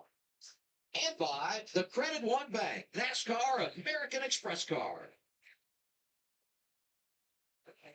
Back at COTA, getting ready for the restart. Time for the Freeway Insurance Choose, where every lane choice can change the race outcome. I had said going to break, 8 drivers stayed out. Preston Pardis came in. So the front 7 have now stayed out. The one you probably put an asterisk on there in row 3 is Justin Allgaier, because while he stayed out here, he had already made a pit stop under green. And for all those drivers that just pitted, the big question mark now is, can you make it all the way on fuel? We know those guys in the front 5 or 6 are going to come down the pit lane when the stage ends. Let's get an update from Kim Kuhn. Yeah, let's give you a little bit more information on Justin Allgaier running in that 7th position. One of the guys that stayed out, but he did, like you said, pit under green on lap 32. That was an unscheduled stop. They had a loose right front wheel that they had to come fix. They do plan on stopping again before the end of the race. They have to put a spacer in somewhere. And they also said, stopping on lap 32, we are not going to be good on fuel. Right, so they're going to go for the points here, obviously, to finish the stage, which is going to help them out a little bit, and then just sort of make all those adjustments under the brake, and then hopefully reassess in that sense. He's in the worst position, though, to go for the points because he's the last car on gonna the be worst tough. tires. Everyone behind him has better tires. It's a very vulnerable position to be put in, and no driver wants to be there. And one thing to keep an eye on from the start and the restart, we've seen the outside here where Brandon Jones has been way faster on the launch, so Carson Kvapil is going to have to really nail this launch. Great day for Kvapil going so far in that 91. Field is set for the Echo Park restart zone. Echo Park Automotive, where car buying is easier, better, and happier. Let's finish stage 2 at COTA. Carson did an awesome job of moving Brandon Jones up the racetrack. And he's in a great position now because look at the gap he has behind him. He doesn't really have to protect. Did you see Mayer get in the inside? Can he get slowed down?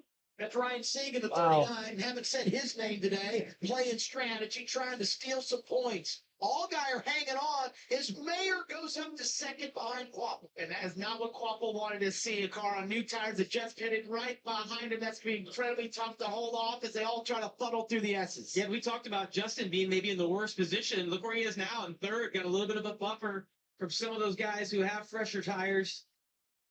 On the outside right there is not where you want to be.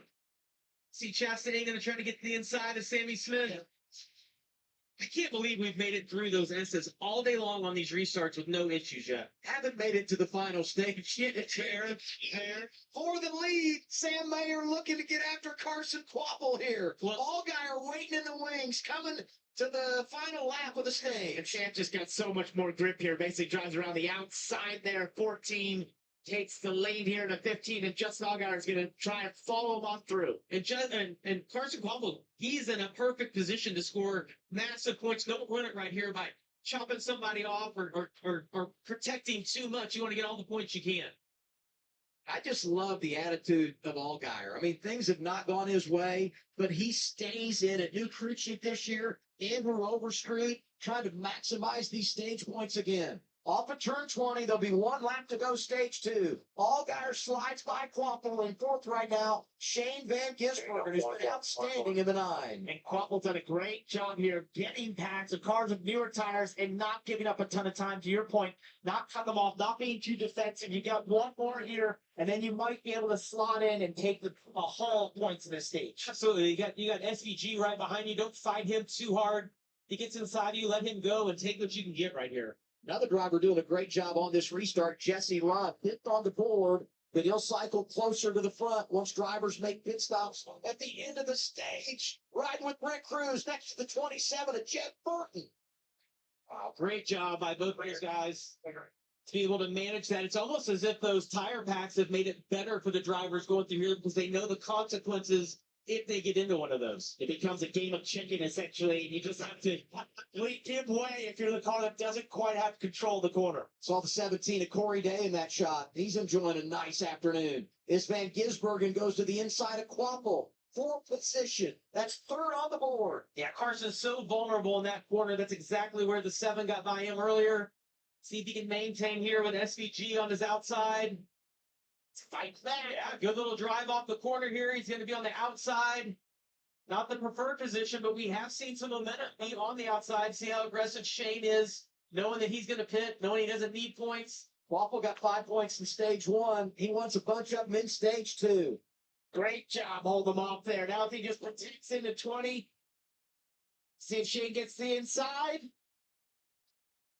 Jesse Love there as well. Racing forward inside the top 5, coming back to the green and white checkered flag. Stage 2 complete.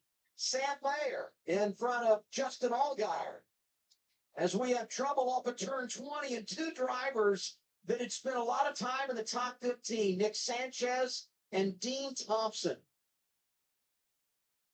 Kvapil ends up third in the stage. Jesse Love gets Van Gisbergen for fourth. Great job by Carson Kvapil there to hold on to older tires like that. Hold off one of the best in the world at this type of racing, and Shane Van Gisbergen of those last couple of corners to get that amount of points. Awesome. And Jesse Love putting the pressure on SVG, I think, helped Carson out a little bit. You see these two got together in the last turn. And that turn 20 is really slippery as you get down to the apex. It's easy to overcook it.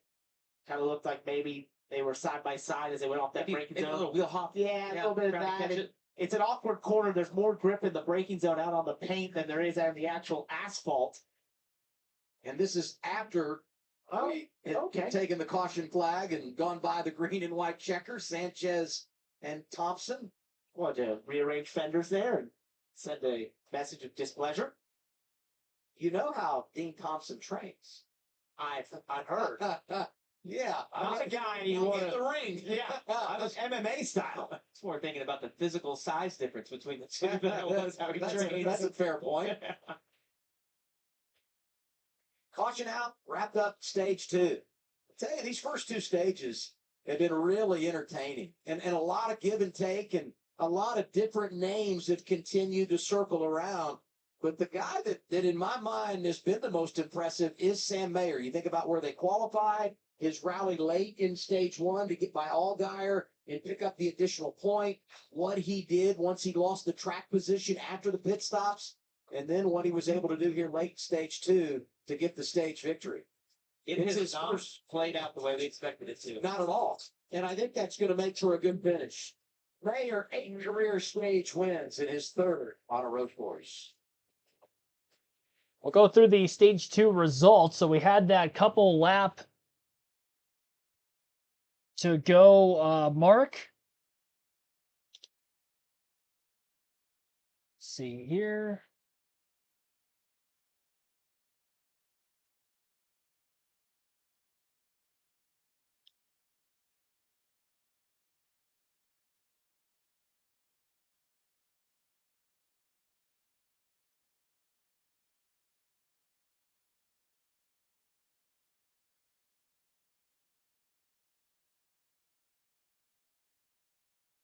Trying to go back and forth. I'm losing the screen.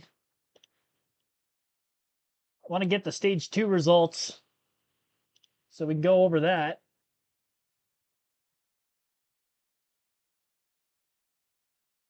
Sam Mayer, the stage 2 winner today at COTA. Justin Allgaier 2nd, Carson Kvapil 3rd, Jesse Love 4th, and Shane Van Gisbergen in 5th. Austin Hill 6th, Sammy Smith 7th, Brandon Jones 8th, Ross Chastain 9th, Ryan Sieg rounds out the top 10. So that is the top 10 in the running order.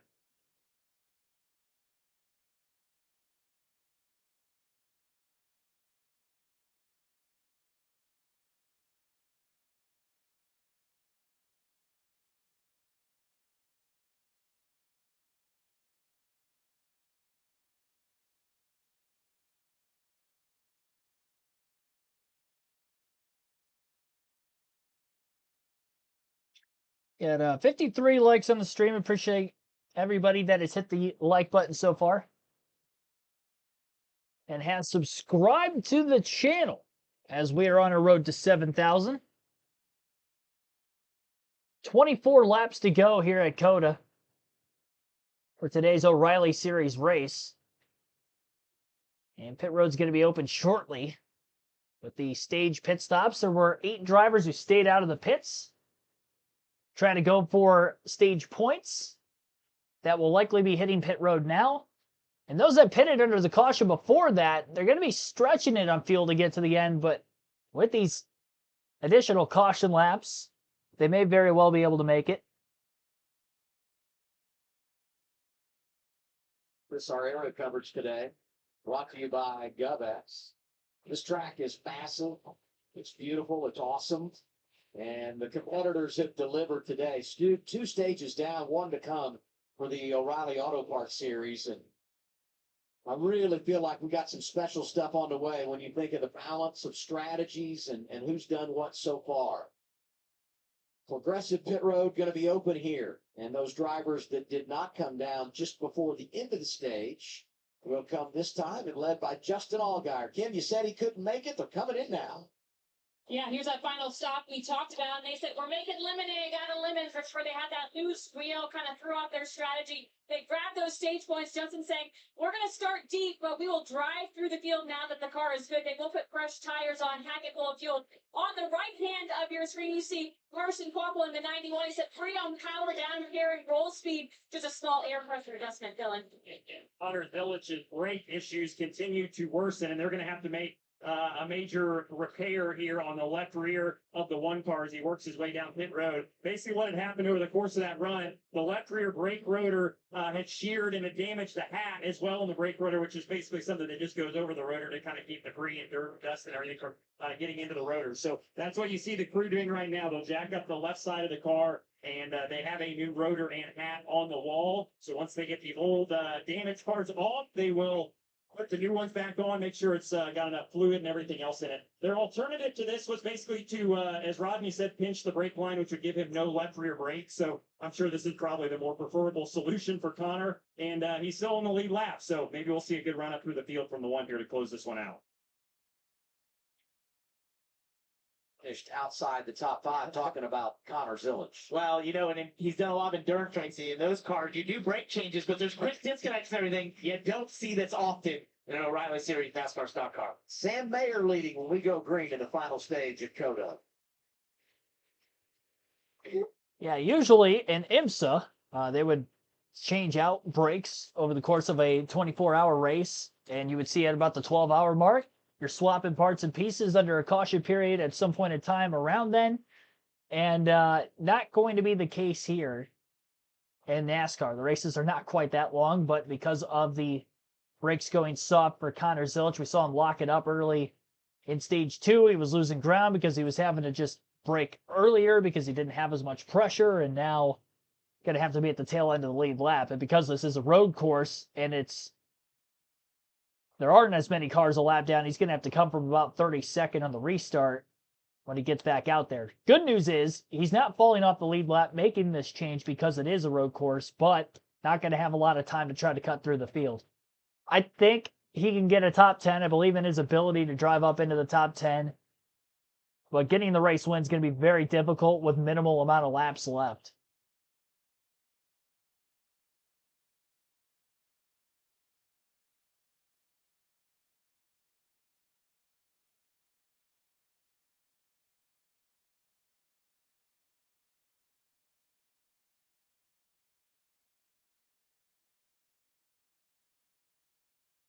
All right.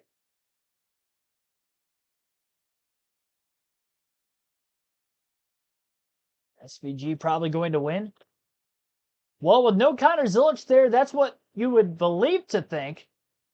But he's still got a few more positions to go to get to the lead. Sam Mayer is a pretty good road course racer. He has won several times on road courses in the NASCAR Xfinity Series level. And under the under the rebranded O'Reilly Series, he hasn't won with this 41 team at Haas yet on a road course. But what a start to the season it'd be for Haas if Sam Mayer could go out here and get the race win today. Sheldon Creed with a win last week in Atlanta. They set themselves up in points pretty good, pretty early.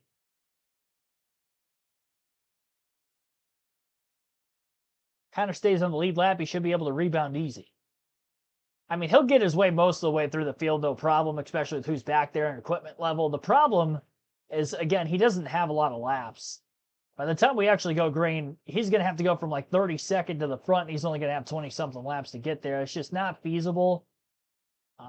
We get a lot of restarts. I don't know if that helps or hurts him, because he's definitely going to need green flag laps to pick guys off. And because he's so much faster than a lot of guys at the back of the pack, he'll be making passes and should be able to do so efficiently in areas of the track that aren't necessarily deemed passing zones. Where on a road course like COTA, you really only have like 3 major passing zones, but that's really when you're on competitive cars you're battling with for position. He's got speed. I mean, he had passed Shane Van Gisbergen for the lead early, then SVG passed him back late in stage 1. I'm not sure if that's where the brake issue started or not. for Connor Zilich. But early in stage 2, it definitely wasn't going well for him there either. 22 laps to go. It's going to be fun to watch him try to drive back up through here. I don't know if he can get to the lead, but I wouldn't totally count him out yet. And if there's anyone who knows the value of a good crew, it's the professional parts people at O'Reilly Auto Parts. That's why they want to put spotlight on the pit crew members that are essential to a race team's success. Kim? Yeah, we talk a lot about rookie drivers, but what about rookie crew members? Meet 18-year-old Emerson Valesky, a tire specialist and road mechanic for Sam Hunt Racing. He caught the racing bug after attending his first race at Michigan at the age of 9 years later, though. When he was 16, he got the opportunity to work for a family-friend sprint car team, Webster Motorsports, learning the ropes as a tire specialist. You see that great photo right there. But it was a chance meeting with a pit crew member at RFK's Fan Day in Charlotte in 2024 that would change his trajectory. Kept in touch with that crew member, and last summer started attending pit crew practice as a rear tire changer with RFK every other week. Now listen to this. Still living at home in Gaines, Michigan, that means he did a drive one way to get there that was 10.5 hours. He did that every single time, every other week, and for months he did that, learning as much as he could. And every time he was in North Carolina, he stopped by other shops to introduce himself, visiting teams, including Sam Hunt Racing. When they expanded to 2 cars, he was the first one that they called. So people say chase your dreams. Fun to see what Emerson is doing chasing his. It's a great story. Yeah. Got to respect the hustle there. That's for sure. Dedication to your craft at its finest. Gotta love stories like that. All right, 21 laps to go in the restart. We've only had 1 caution for incident all day today. If this runs green to the end, this will be interesting. Sam Mayer, Jesse Love on the front row for the restart. Green flag back in the air. Shane Van Gisbergen inside of row 2. Is he going to try to go for the lead into the first turn? I don't think he's going to have a chance to, because Sam Mayer's protecting the bottom quite a bit. Although there's a bump trapped up on the outside behind Jesse Love. He's got help from Austin Hill. Sam Mayer going to come out of turn 1 with the lead. Jesse Love in second, and SVG will hold on for third. Sammy Smith, Austin Hill, they're side by side for position, and not anymore. Hill's going to have to concede. He had a little bit of bumping going on from behind by Brent Cruz coming out of turn 1. And now Cruz is a bit sideways, battling with Ross Chastain as they enter the S's. Cruz wins that battle for now. Corey Day in the picture as well. A lot of damage on William Sawalch's car from the opening start of this race. They've done a lot of repair work there. Great road course racer is Sawalch, and he's hanging on for a top 10 as well. So stage 2 winner, Sam Mayer, got the restart out in the lead. That's where he's at right now. Stage 1 winner was Austin Hill. That was on pit strategy. But with the late caution in stage 2, everybody came to pit road during that yellow rather than the stage end. So the drivers at the front actually were able to get their points without having to sacrifice track position. And with the caution laps that have been ran, although it's going to be close, I do believe these teams are going to make it on fuel to the finish. Fastest lap of the race so far, the 7 of Justin Allgaier, who's actually back in the 21st place position for the restart, has the fastest lap. And trying to find the lap time itself. Can't find him on my leaderboard for some reason. There he is. So his fastest lap was a 100.704. That was at lap 40. First green flag lap of stage 3, led by Shane Van Gisbergen, as he picked apart Sam Mayer and Jesse Love quickly in the back half of that last lap, and now he's going to look to extend his lead. Doesn't have to worry about Connor Zilich anywhere around him. Despite a difficulty in trying to pass cars late in stage 2, he's out in front quickly now. We'll see what he can do. Fine. For SVG, Shane said, thank you very much. I'll be taking the lead. Sammy Smith is now third. Looks like he's maybe holding up Mayer a little bit. Mayer pulls at the line coming to turn 12. Right behind them, Austin Hill, who's got a great average running position here today in the 21. Then it's Brent Cruz in the 19. And you're struggling right now. He looked so good early in the stage, or the last stage. It looked like he had the best car in the longer run, but he's struggling to get here. You got to wonder, they made a bad adjustment. The tires just not agreeing with the car.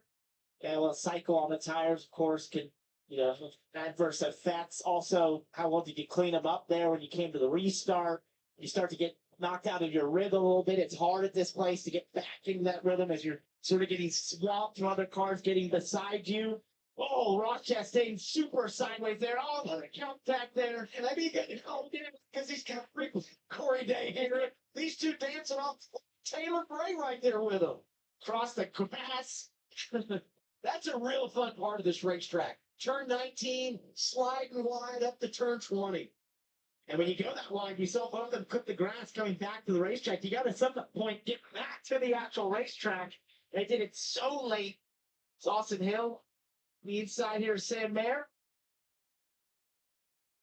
This has just been such a good racetrack for both these drivers. 4 races, 4 top 10s for Mayer, and Austin Hill with 3 top 5s, including a couple of runner-ups. And Sam looked like he was struggling, but it's got it back under control here. You look at the Corey. Oh, look at Lucy was. Corey Dave shoots the gap when Ross opened up his entry, trying to make the apex of the corner. This racetrack leaves you so vulnerable in so many different places because of how many switchbacks there are. Yeah, Ross was like, hey, it's tough to slow down for the corner when I don't have my tires on the ground. Our Powerball power movers, guys moving up since the restart. Plus 10 for Zilich. We talked about the issues for him, but now that they've got him settled down, we knew he would be driving through. And Carson Quapple, he ran it long, made the pit stop, was 20th. Oh. The best of those drivers that had made a stop at the end of the stage, he's plus 9 and not for the top 10. All tires up there, the same for Nick Sanchez. And it doesn't matter if it's at the front of the field or here just outside the top 15. Brendan Poole and Blaine Perkins, a little bit of contact there in the 15. Hip checks. There's no safe place on this racetrack in a NASCAR road race. You will find some contact if you're racing around others. Looks like they've got the brakes definitely better. Lamar Scott spun around there, One off of 19. Zilich able to get by his teammate Brendan Poole, moved the 1 up to 17th in the running order. The one good part about this track is there's so much runoff, no gravel on the exits, that if you do have an issue, as long as it will crank, you can get it going again. See right there, LeVar Scott, a victim of that. Well, that's what I said earlier. So long that you got dinged on the opening lap of the race, just stay in the game because you never know. I think he checked up, LeVar checked up, so he didn't get into challenge, and then got run over from behind. Kind of the accordion effect. Ryan Sieg and Alex LeBay got a little bit of damage there in the 0 to his hood when they sort of checked up at the center of the corner. Watching Brandon Jones here, who's 21st. He's the worst of those drivers from Joe Gibbs Racing. And, the coaches' kids at Daytona had 4 drivers all DNF in the season opening race, but they got 3 Toyotas in the top 10 here today. In practice, it seemed like all those guys were having issues with brakes. All the Gibbs cars were complaining about that, but it's working out for them in the race. Let's go to radio. Jesse Love second with 18 to go. All I want you to do is run enough pain to run second, okay? I'll start you. Well, it's optimistic. Well, that's what you want your crew chief to say. Yeah. Listen, I referenced this a second ago. Earlier in the race, the 2 had top 2 lap times, top 3 lap times. Even when Connor and Shane, all those guys were out there. So they've had really good pace the entire race. It's just so hard as we sit and watch this to know how hard is the 9 car pushing back now. Right? You just don't know, is he playing with you? It does seem like he's been vulnerable today. I mean, before this last stage, we thought Mayer had the best car. So the race is not played out like we expected for it to. Shane has looked slightly human, which is unusual to say watching him at a road course like this, although this is probably one of the toughest road courses for him. This is his weakest. Yeah, his weakest, I guess. He's only been in contention to win almost every single one. That's right. But he hasn't got it done, and I think, that's the right thing you want to hear from your crew chief. Your reference is Carson Quapple goes the inside. Ross Chastain here. This puts him back on the top 10. And he's cut the field in half since the restart. Here's something else to think about.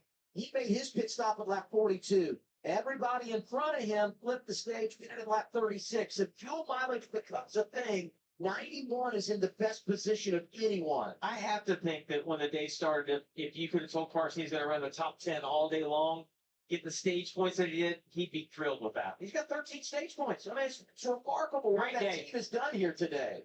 He gets by Ross Chastain, and Raja Karuva's had a great day. And give some love to the 86th and Austin Green, who's right there looking at a potential top 10 spot. Raja's that's far out 15 before you get to the gravel there.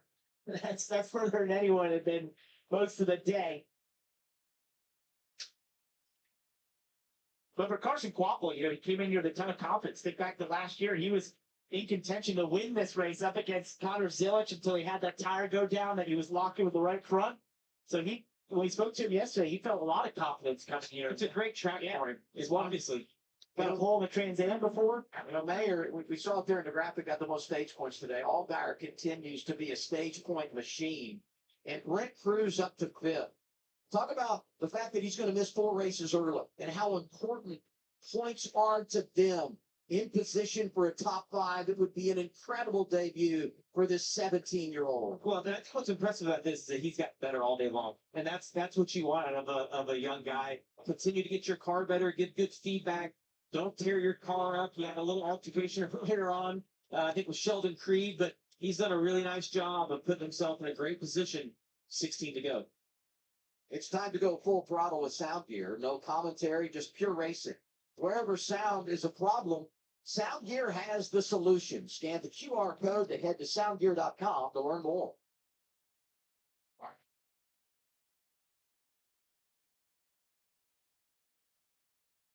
We'll go and take a full field running order rundown right now. Coming up on 15 laps to go this time by Shane Van Gisbergen out in front by about 0.8 of a second over Jesse Love. Just kind of pacing himself right now up at the front of the field. Tough to tell exactly how hard both himself versus the two are pushing. We've seen SVG just kind of manage his stuff better. No need for him to have to get out to a 20-something odd second lead and burn his stuff up. And is he running the lap times he's running right now while saving his equipment where everybody else is, second, third, fourth place? Jesse Love, Sammy Smith, Austin Hill, Frank Cruz, Sam Mayers. Are they pushing hard to run the lap times that SVG is not having to push hard to run to maintain with him? They say toying around on the broadcast a little bit with Shane Van Gisbergen. I don't think as much of toying around as it is just not using your stuff up. No need to. It's a somewhat form of an endurance race because of how long these NASCAR races are compared to, say, like a Formula One at COTA where the race would be 90 minutes. This one almost 2 hours. So there's a little bit more of mechanical wear that goes on when you're trying to push these vehicles to the limit. Not having to push them to the limit when you don't need to is going to save more for later. Shane Van Gisbergen, though, again, he does lead. Jesse Love is in second. Sammy Smith third. Austin Hill fourth. Sam Mayer in fifth. Then Brett Cruz is sixth. Seventh is Corey Day. Taylor Gray in eighth. William Sawalich ninth. Carson Kvapil rounds out the top 10. Ross Chastain in 11th. Austin Green 12th. Raja Karu 13th. Justin Allgaier 14th. 15th is Harrison Burton. Connor Zilich in 16th. After starting in 31st on the last restart because of having that brake change. Sheldon Creed in 17th, Brendan Poole 18th, Nick Sanchez 19th, and Blaine Perkins 20th. Brandon Jones 21st, Dean Thompson 22nd, Alex LeVay 23rd, Jeb Burton 24th, Ryan Sieg 25th, Ryan Ellis 26th, Patrick Starpoli 27th, Preston Pardis 28th, Anthony Alfredo 29th, and Kyle Sieg 30th. J.J. Yaley 31st, LeVar Scott 32nd, Jeremy Clements 33rd, Parker Rutzlaff 34th, Sage Karam 35th, Josh Balicki 36th, Baltazar Leguizman 37th, and Austin J. Hill 38th. So that rounds out the running order. Justin Allgaier onto pit road. And I'm not sure that this is a scheduled stop for the 7. It looks like his right front tire is down, and he has made significant contact somewhere on the racetrack. Because there's a bit of damage on the right side, right around that right front fender where the tire was flat.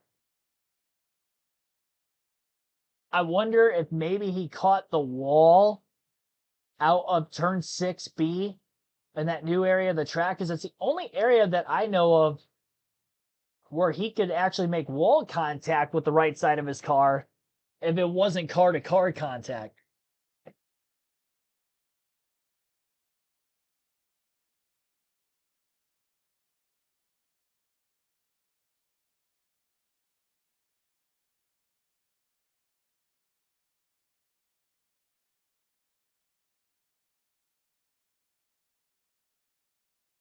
All right.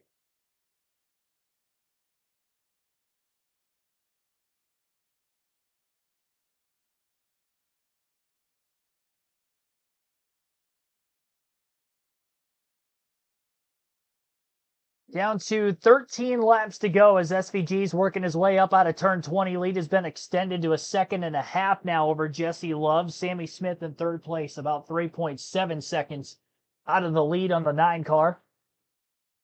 We're above the action with GovX aerial coverage. GovX, savings for those who serve. 13 laps to go here at Circuit of the Americas for the O'Reilly Auto Parts Series. Shane Van Gisbergen leading Love, Smith, Hill, and Cruz. And it's a perfect time to fuel up with Arby's new $7.99 meat 3-box. Arby's is giving you a whole lot of food with a classic roast beef or crispy fish sandwich and 3 delicious sides. That's more meal for your money. Scan the QR code to order now in the Arby's app. Arby's, we have the meats.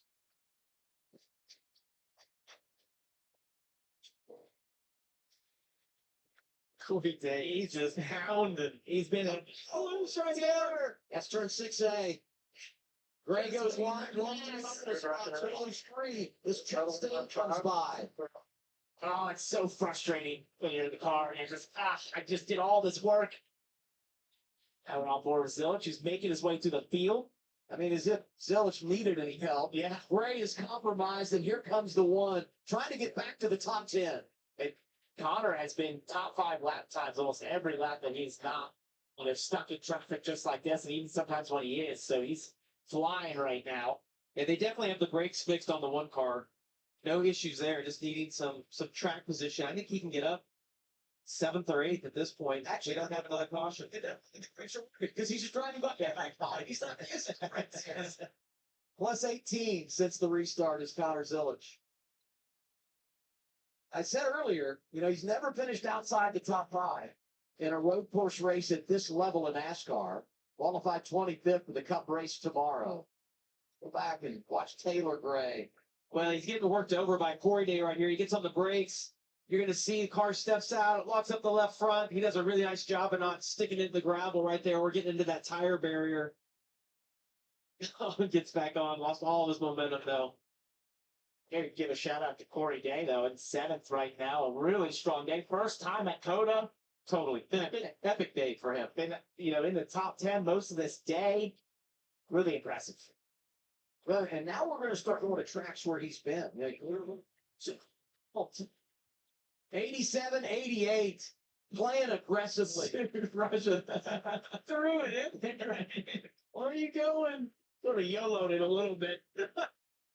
Looks to me like Austin Green's struggling to have drive on the exit of the corner.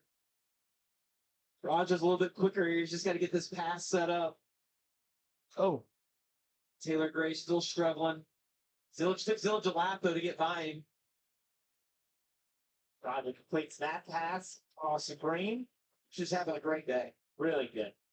He had never had a top 10 finish at this level in the limited starts he had coming into this first year full time.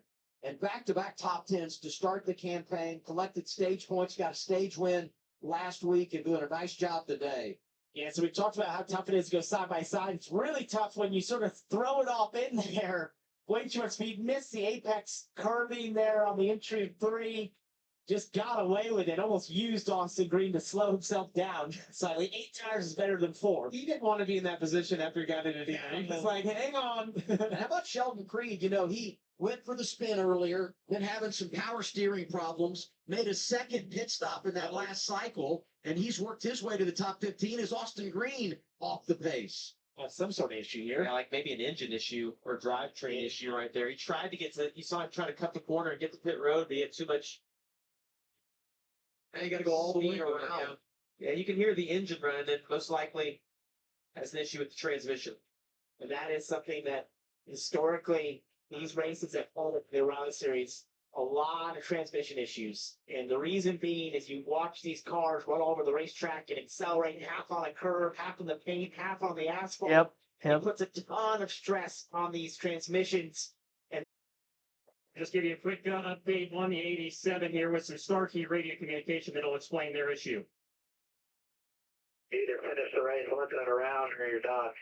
I mean, look at nothing. I look out at fourth round. Yeah, that's what it sounded like when Austin came by. You heard the engine. This is a really low RPM. Ryan Ellis went for a ride. Kyle Sieg in the 28 trying to take advantage. Same place that we saw Taylor Gray get loose. I think he had a little bit of help there in a car on his inside. Shoved him out. A lot going on in this battle. Corey Day, 17. 18, William Sawalich. 91, Carson Quapple. And I remind everybody again that Carson is the best in regard to fuel of all these drivers up front because they ran it long in stage 2 when the others flipped it. I know it's close on fuel, and I got to believe everybody feels with the cautions they got in the exchange at the end of the stage that they're okay, but he's in good position as Sawalich tries to go by crossover Corey Day, turn 1 to turn 2. Corey's had a great day going, but it's fading right here. Well, he just missed the corner there. Oh my goodness!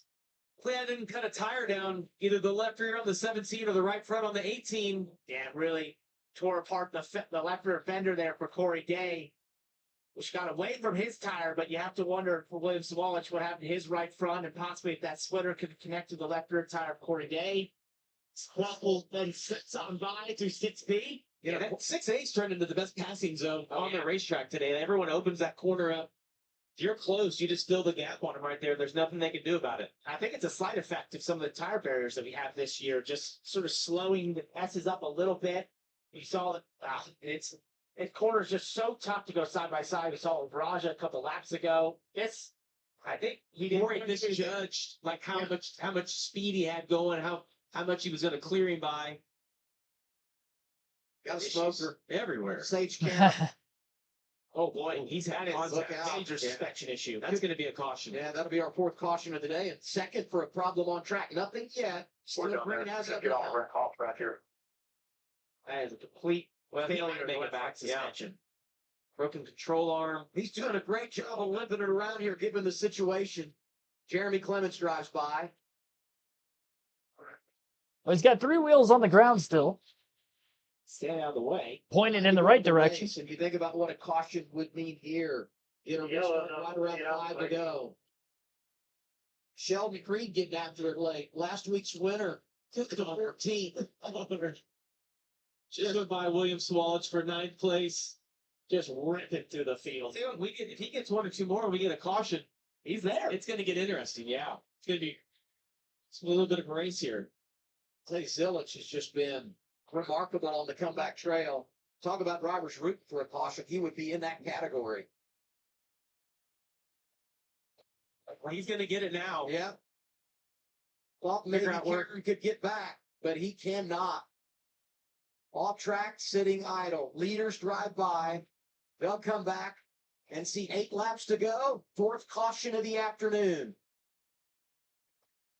Oh, yeah. Philip Bellicrucci is calling the shots for that part-time effort, the number 9 for Junior Motorsports.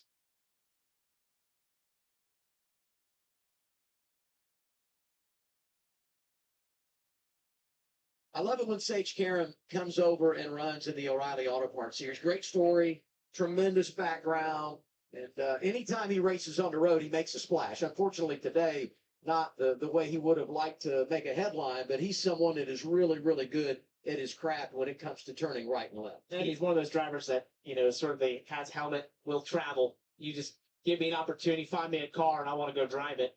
You see him jump around to numerous different cars. The opportunity is there. I was actually teammates with him at the Rolex 24 for a couple of years. So at Ganassi, he was on the sister car that I was on. Great guy, tremendous driver. He had a shot at IndyCar, and you mentioned it.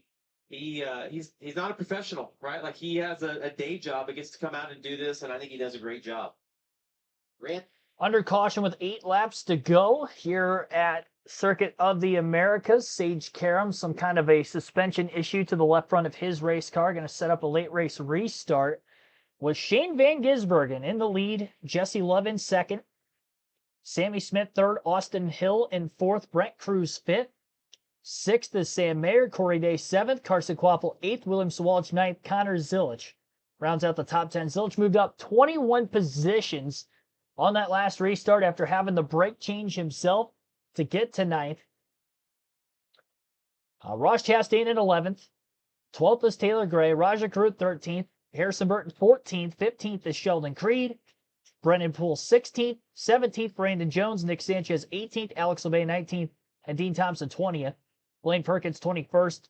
Jeb Burton 22nd. Ryan Sieg 23rd. Patrick Star-Poli 24th. Preston Pardis 25th. J.J. Yaley 26th. Anthony Alfredo 27th. LeVar Scott 28th. Ryan Ellis 29th. And 30th is Kyle Sieg. Austin Green at 31st. Justin Allgaier 32nd. Jeremy Clements 33rd. Allgaier had to make that unscheduled pit stop middle of this final stage during that longer green flag run of about 13 laps. Went green with 21 to go. Caution with 8 to go. Parker Retzlaff, first car, lap down in 34th. And Sage Karam, cause of caution, 35th. And he'll be done for the day. Josh Balicki already done in 36th. Same for Baltazar Leguizman in 37th. And Austin J. Hill, 38th. Could see 15th on back pitting, very well possible. Again, it's kind of tough to tell if it was going to be tight on fuel or not with the cautions that were at play. I would imagine these teams can make it. Pit road should be open this time by, I think they got the 55 car back into the garage. They're kind of towing them into the grass right now. I think pit road will be open, and then they could tow the car in behind everybody when they all leave the pits. Either that or we run one more caution lap, which at that point, I mean, then we're going to be coming to 6 to go when they open pit road, and that's going to have even less laps to go on the restart. We've seen this before. Things are going to get desperate real quick. That is for certain.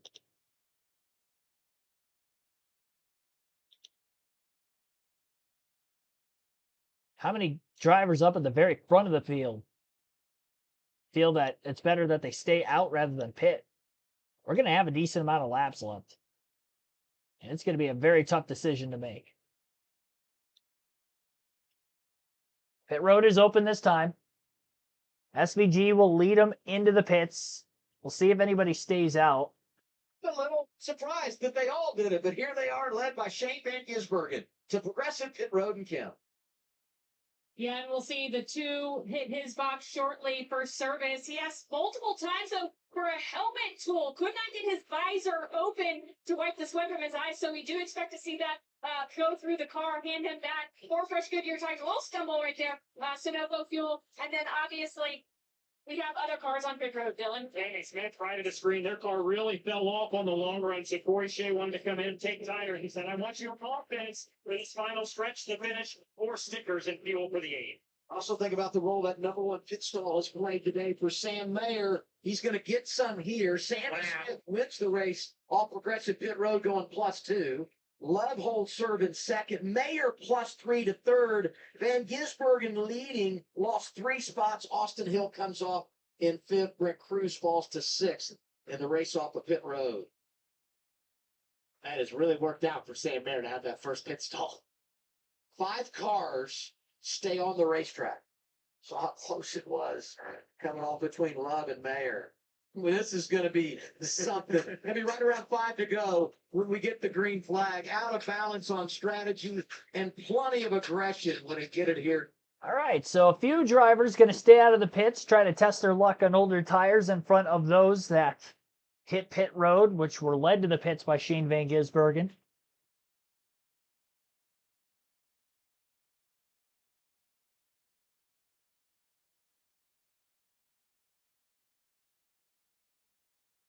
Appreciate everybody tuning in for today's live commentary stream. We're going to take our final break.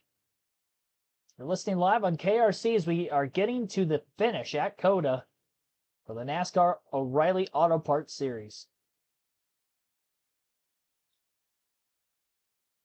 Good time to finally close our chat poll off as well. 46% of the 54 votes taking SVG for the win. 32% taking Connor Zilich, 22% going to take the field.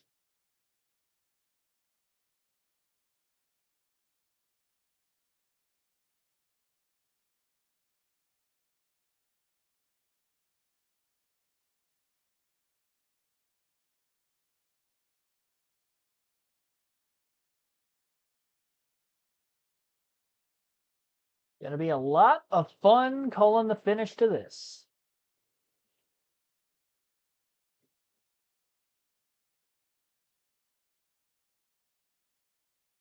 It's going to be battle tested, that's for sure.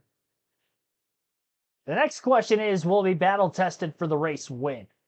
Because if Shane Van Gisbergen can get out ahead cleanly as well, no damage, no tire rub, that's the big thing. Get out of turn 1, and he's clear, it's going to be very difficult for anybody else to hang with him for longer than probably half a lap. Big wreck or big war? Big war, that's for sure. And I know these guys, they're going to battle just as intensely for second on back as they would for the race win. So I don't know that this will be the last caution. I feel like it'd be more than likely the case to say that it's not going to be the last caution, but it could. We've only had 2 per incident all day. This race has flown by. Right at about a 2-hour race length, which was nearly what it was for the truck race earlier as well.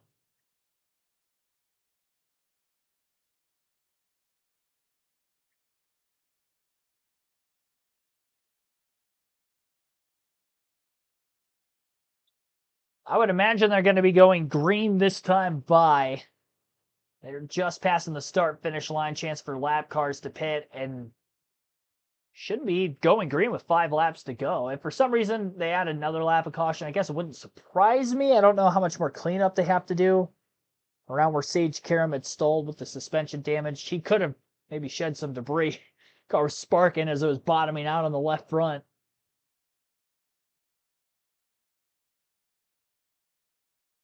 It's going to be wild. I just know that this restart, and it's mainly going to be the funnel into turn 1, is going to get very chaotic.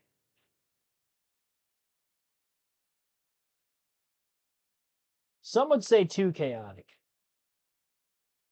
Guess we'll just have to be the judge of it as we see it on our own.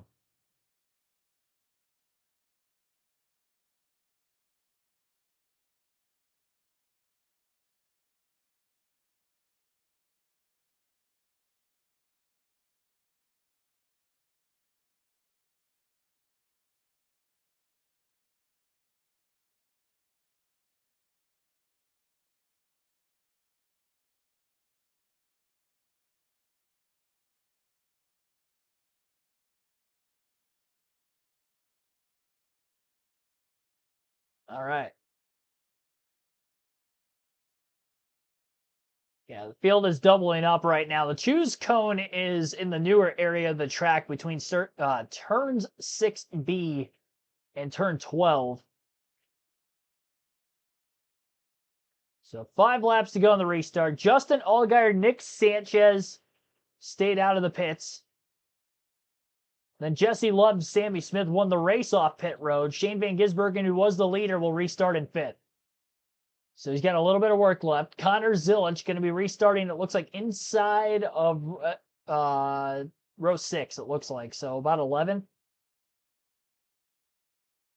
He net gained 0 on pit road. Didn't lose or gain any spots, and then the 2 stayed out.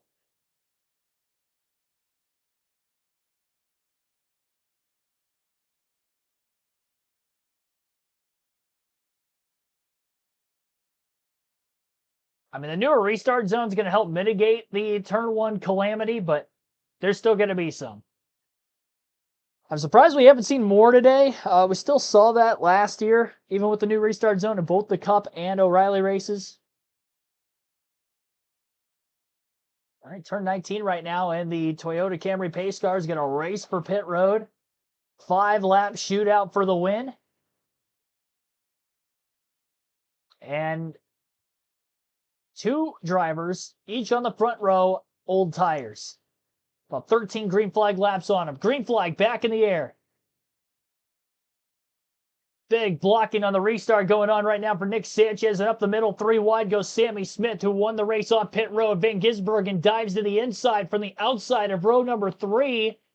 Nearly 4 wide into the first turn. Everybody goes long except for the 9. And Shane Van Gisbergen is alongside Mayer and now clear into turn 2. That didn't take long at all. That was about as organized as that could have been for SVG to get through. And what a move he made to go from the top to the bottom when he had the hole to get to the inside. He did not want to be one of the cars potentially forced wide. And for right now, we stay green. Austin Hill cycles through to second. Sam Mayer is third. Sammy Smith fourth. Corey Day rounds out the top 5, half a lap into the restart. Taylor Gray with the right side tires out of turn 6B, catching a little bit of the grass. Forced wide as he was 3 wide for a brief moment. It's still 3 wide right around Ross Chastain and Sheldon Creed. Creed had gotten spun off the front of Brent Cruz earlier. About 6 positions away from him. Chastain leading on the 00 through the stadium section of the racetrack now. Nick Sanchez on the old tire still getting beaten around, and it's amazing how quick he fell out of the top 10. There were like 3 or 4 cars that just went wide into turn 1 overdriving the corner, and SVG did not and just bypassed them all. Lost a couple spots on pit road, a couple more cars stay out, no problem. Outside of row 3 to the lead. They were fanned out 4 wide for the lead in front of them, and nobody stuck the corner, and there wasn't even a lot of contact between those 4 cars either.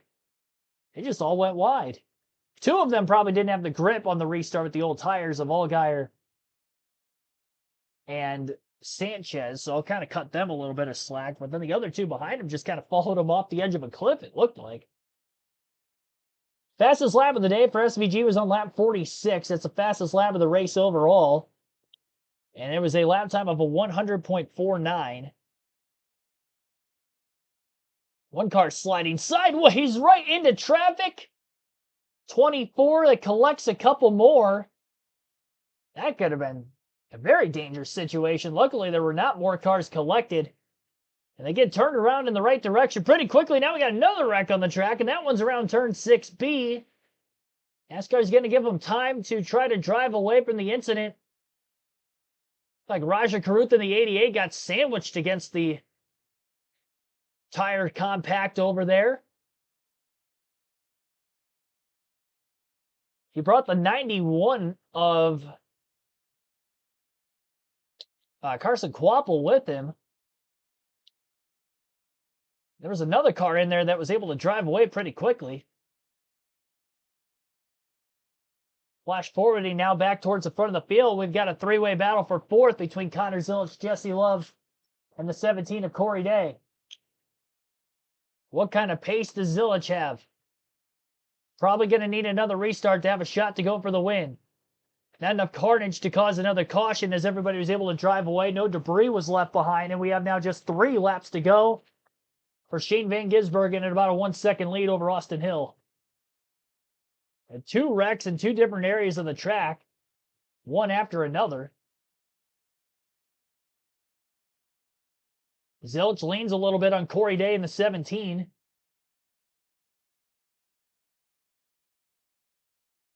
Oh, and Day gets into Zilich. Zilich is going to go around. Oh, man. And a drive to get all the way up to 4th. Off the front bumper of Corey Day, Connor Zilich has spun. And he's got quite a bit of damage to the front of his race car. He's going to be able to continue. We stay green. Calamity late. It just looked like he tried to cut in line behind him and just misjudged it and turned him. I would highly doubt that was intentional. Every week, Corey Day's causing a wreck. The sad part is that's the second one already today because he cut off somebody earlier in that same area of the racetrack, headed into the Esses, and nearly spun him around. I can't remember who it was, but that's how he had the left rear damage that he has right now. Yeah, no yellow. Staying green.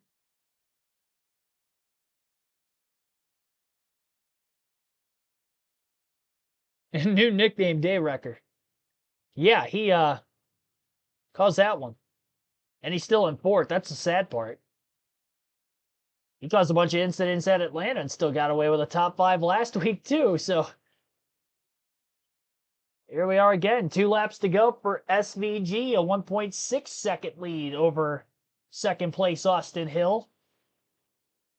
I know the leaderboard has not been working all day on NASCAR.com. I shouldn't say all day. This stream in particular, it hasn't been working, but it was working the other streams before this.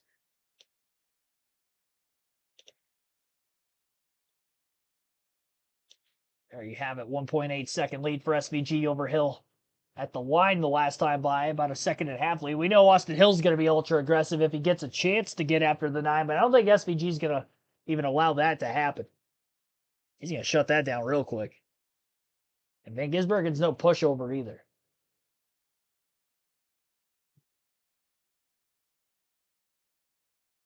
Top 10 has Shane Van Gisbergen in the lead, Austin Hill second, Sammy Smith third, Corey Dave fourth, Jesse Love in fifth after the Zilich spin. Justin Allgaier and Old Tire still holding on for sixth. Brent Cruz in seventh, William Sawalich in eighth, Ross Chastain ninth, and how about Brennan Poole in 10th with just a lap and a half to go? Less than that now because our race leader is heading out of turn 19, going for turn 20. And this is going to be the final lap of the race. Still about a 1.5 advantage over Austin Hill. White flag in the air. 1 lap to go for Shane Van Gisbergen. Trying to get a win at COTA in the NASCAR O'Reilly Auto Parts Series. And Hill is going to drive the wheels off that thing to have a shot to try to go for his second win early in the season. Hill a winner at Daytona in the opener, Sheldon Creed last week, and maybe a Cup regular this week. Truck and O'Reilly Series going to see 3 different winners in the first 3 races of the season, while meanwhile in Cup tomorrow, Tyler Reddick going to try to go for the sweet 3 for 3 as he will start on the pole after qualifying there earlier this morning. Well, it feels like it was a day ago already, but it's not. It's all been the same day. As we've practically been live on the channel here consecutively about 7.5 hours, but SVG is going to put an end to that real soon. Dominating performance for Van Gisbergen today. He's going to go on to lead 31 laps. No stage win, but he leads the most laps, nearly half the race out of 65 total. And he's just a few more corners away from the checkered, as even on this final lap, extending his lead just a bit over Austin Hill. Into turn 19. Headed for turn 20.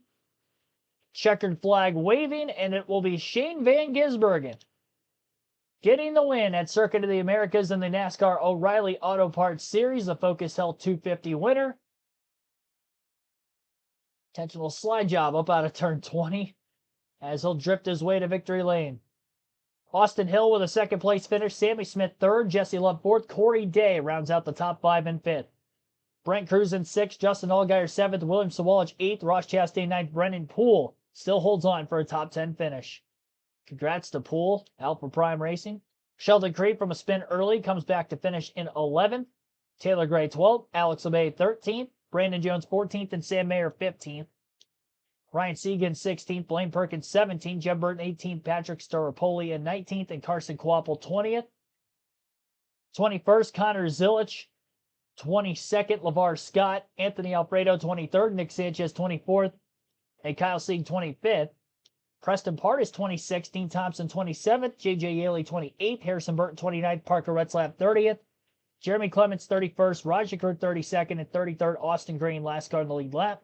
Ryan Ellis a lap down in 34th, Sage Karam 35th, 11 laps down off the racetrack. Last 4 in the running order DNF. So Sage Karam 35th, Josh Bilicki 36th, Baltazar Leguizamon 37th, and Austin J. Hill 38th. And that will round out our race, just over 2 hours race time. 5 cautions today. 4 cautions today, excuse me. We had 2 for incident. Stage 1 went caution free, and then obviously the 2 stage ends in there as well. 1 caution in stage 2, 1 in stage 3. You're going to get to hear an interview with race winner Shane Van Gisbergen once he gets back around to the front stretch. A reminder that tomorrow's start time will be at 3 p.m. Eastern. Same start time as we had for this race here today.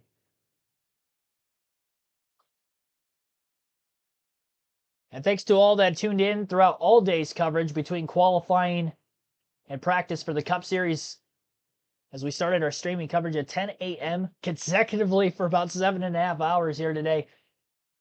We've had triple headers on the channel last year. This is our first one this year. We were supposed to have that last weekend, but qualifying got rained out for the Cup Series. Many burnouts around the racetrack for Van Gisbergen, and now on the main front straightaway, he's got the big one saved up for last. He's pretty good at these. A lot of practice. Practice makes perfect, even with your burnout skills. And the only way to practice, win a race. He's done a lot of winning on road courses throughout the O'Reilly and Cup Series schedules since he broke to the scene in the Chicago street race back in 2023.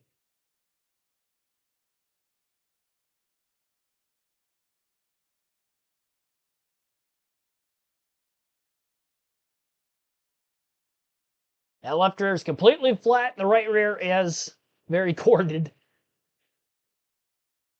And here he is hopping out of his car in the front stretch. Shane Van Gisbergen, today's race winner. For JRM, that's win 106 all time. Hit the century mark in July at Indianapolis.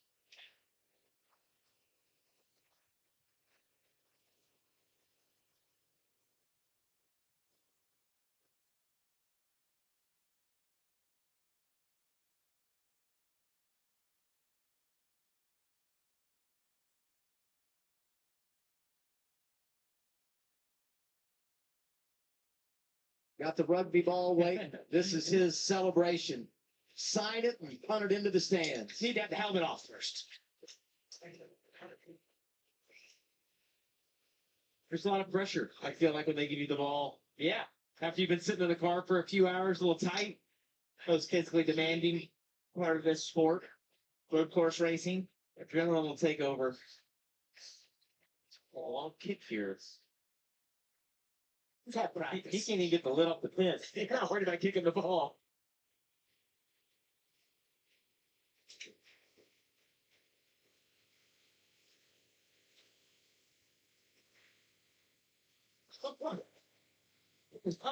Oh, the only Need a redo. He's not going to be with the Texas Longhorns next year, that's for sure. That's the Kim Coon. In his defense, it was a long kick. It was a good kick, but there was a far way to go. We'll have him in after. Big road course win in the O'Reilly Auto Parts Series. But first, Dakota, this track has eluded you. How satisfying is it to take the checkered flag finally here? Yeah, good to finally execute. We had an awesome day. Thank you to Safety Culture Junior Motorsports. Pit crew was awesome. You know, the strategy worked out well, and I wondered what was going to happen on that last restart, and I kind of sucked the 41 in, and he took everyone out for me, so that was cool. Yeah, what an awesome day. Good to finally win here, and hopefully we can have a good day tomorrow. All right, let's talk about tomorrow. How much does this help here today? What do you have the cut field tomorrow?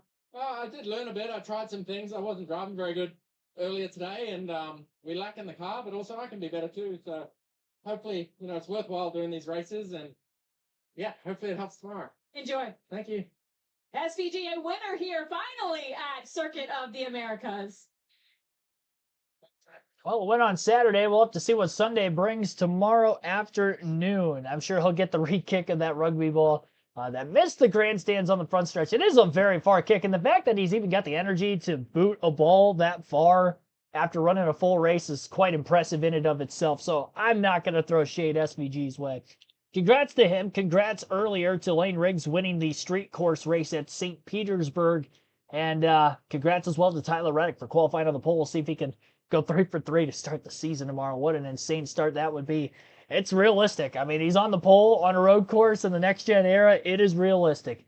Thanks for watching, everybody. Have a good rest of your night. See you back better than ever at 3 p.m. Eastern tomorrow.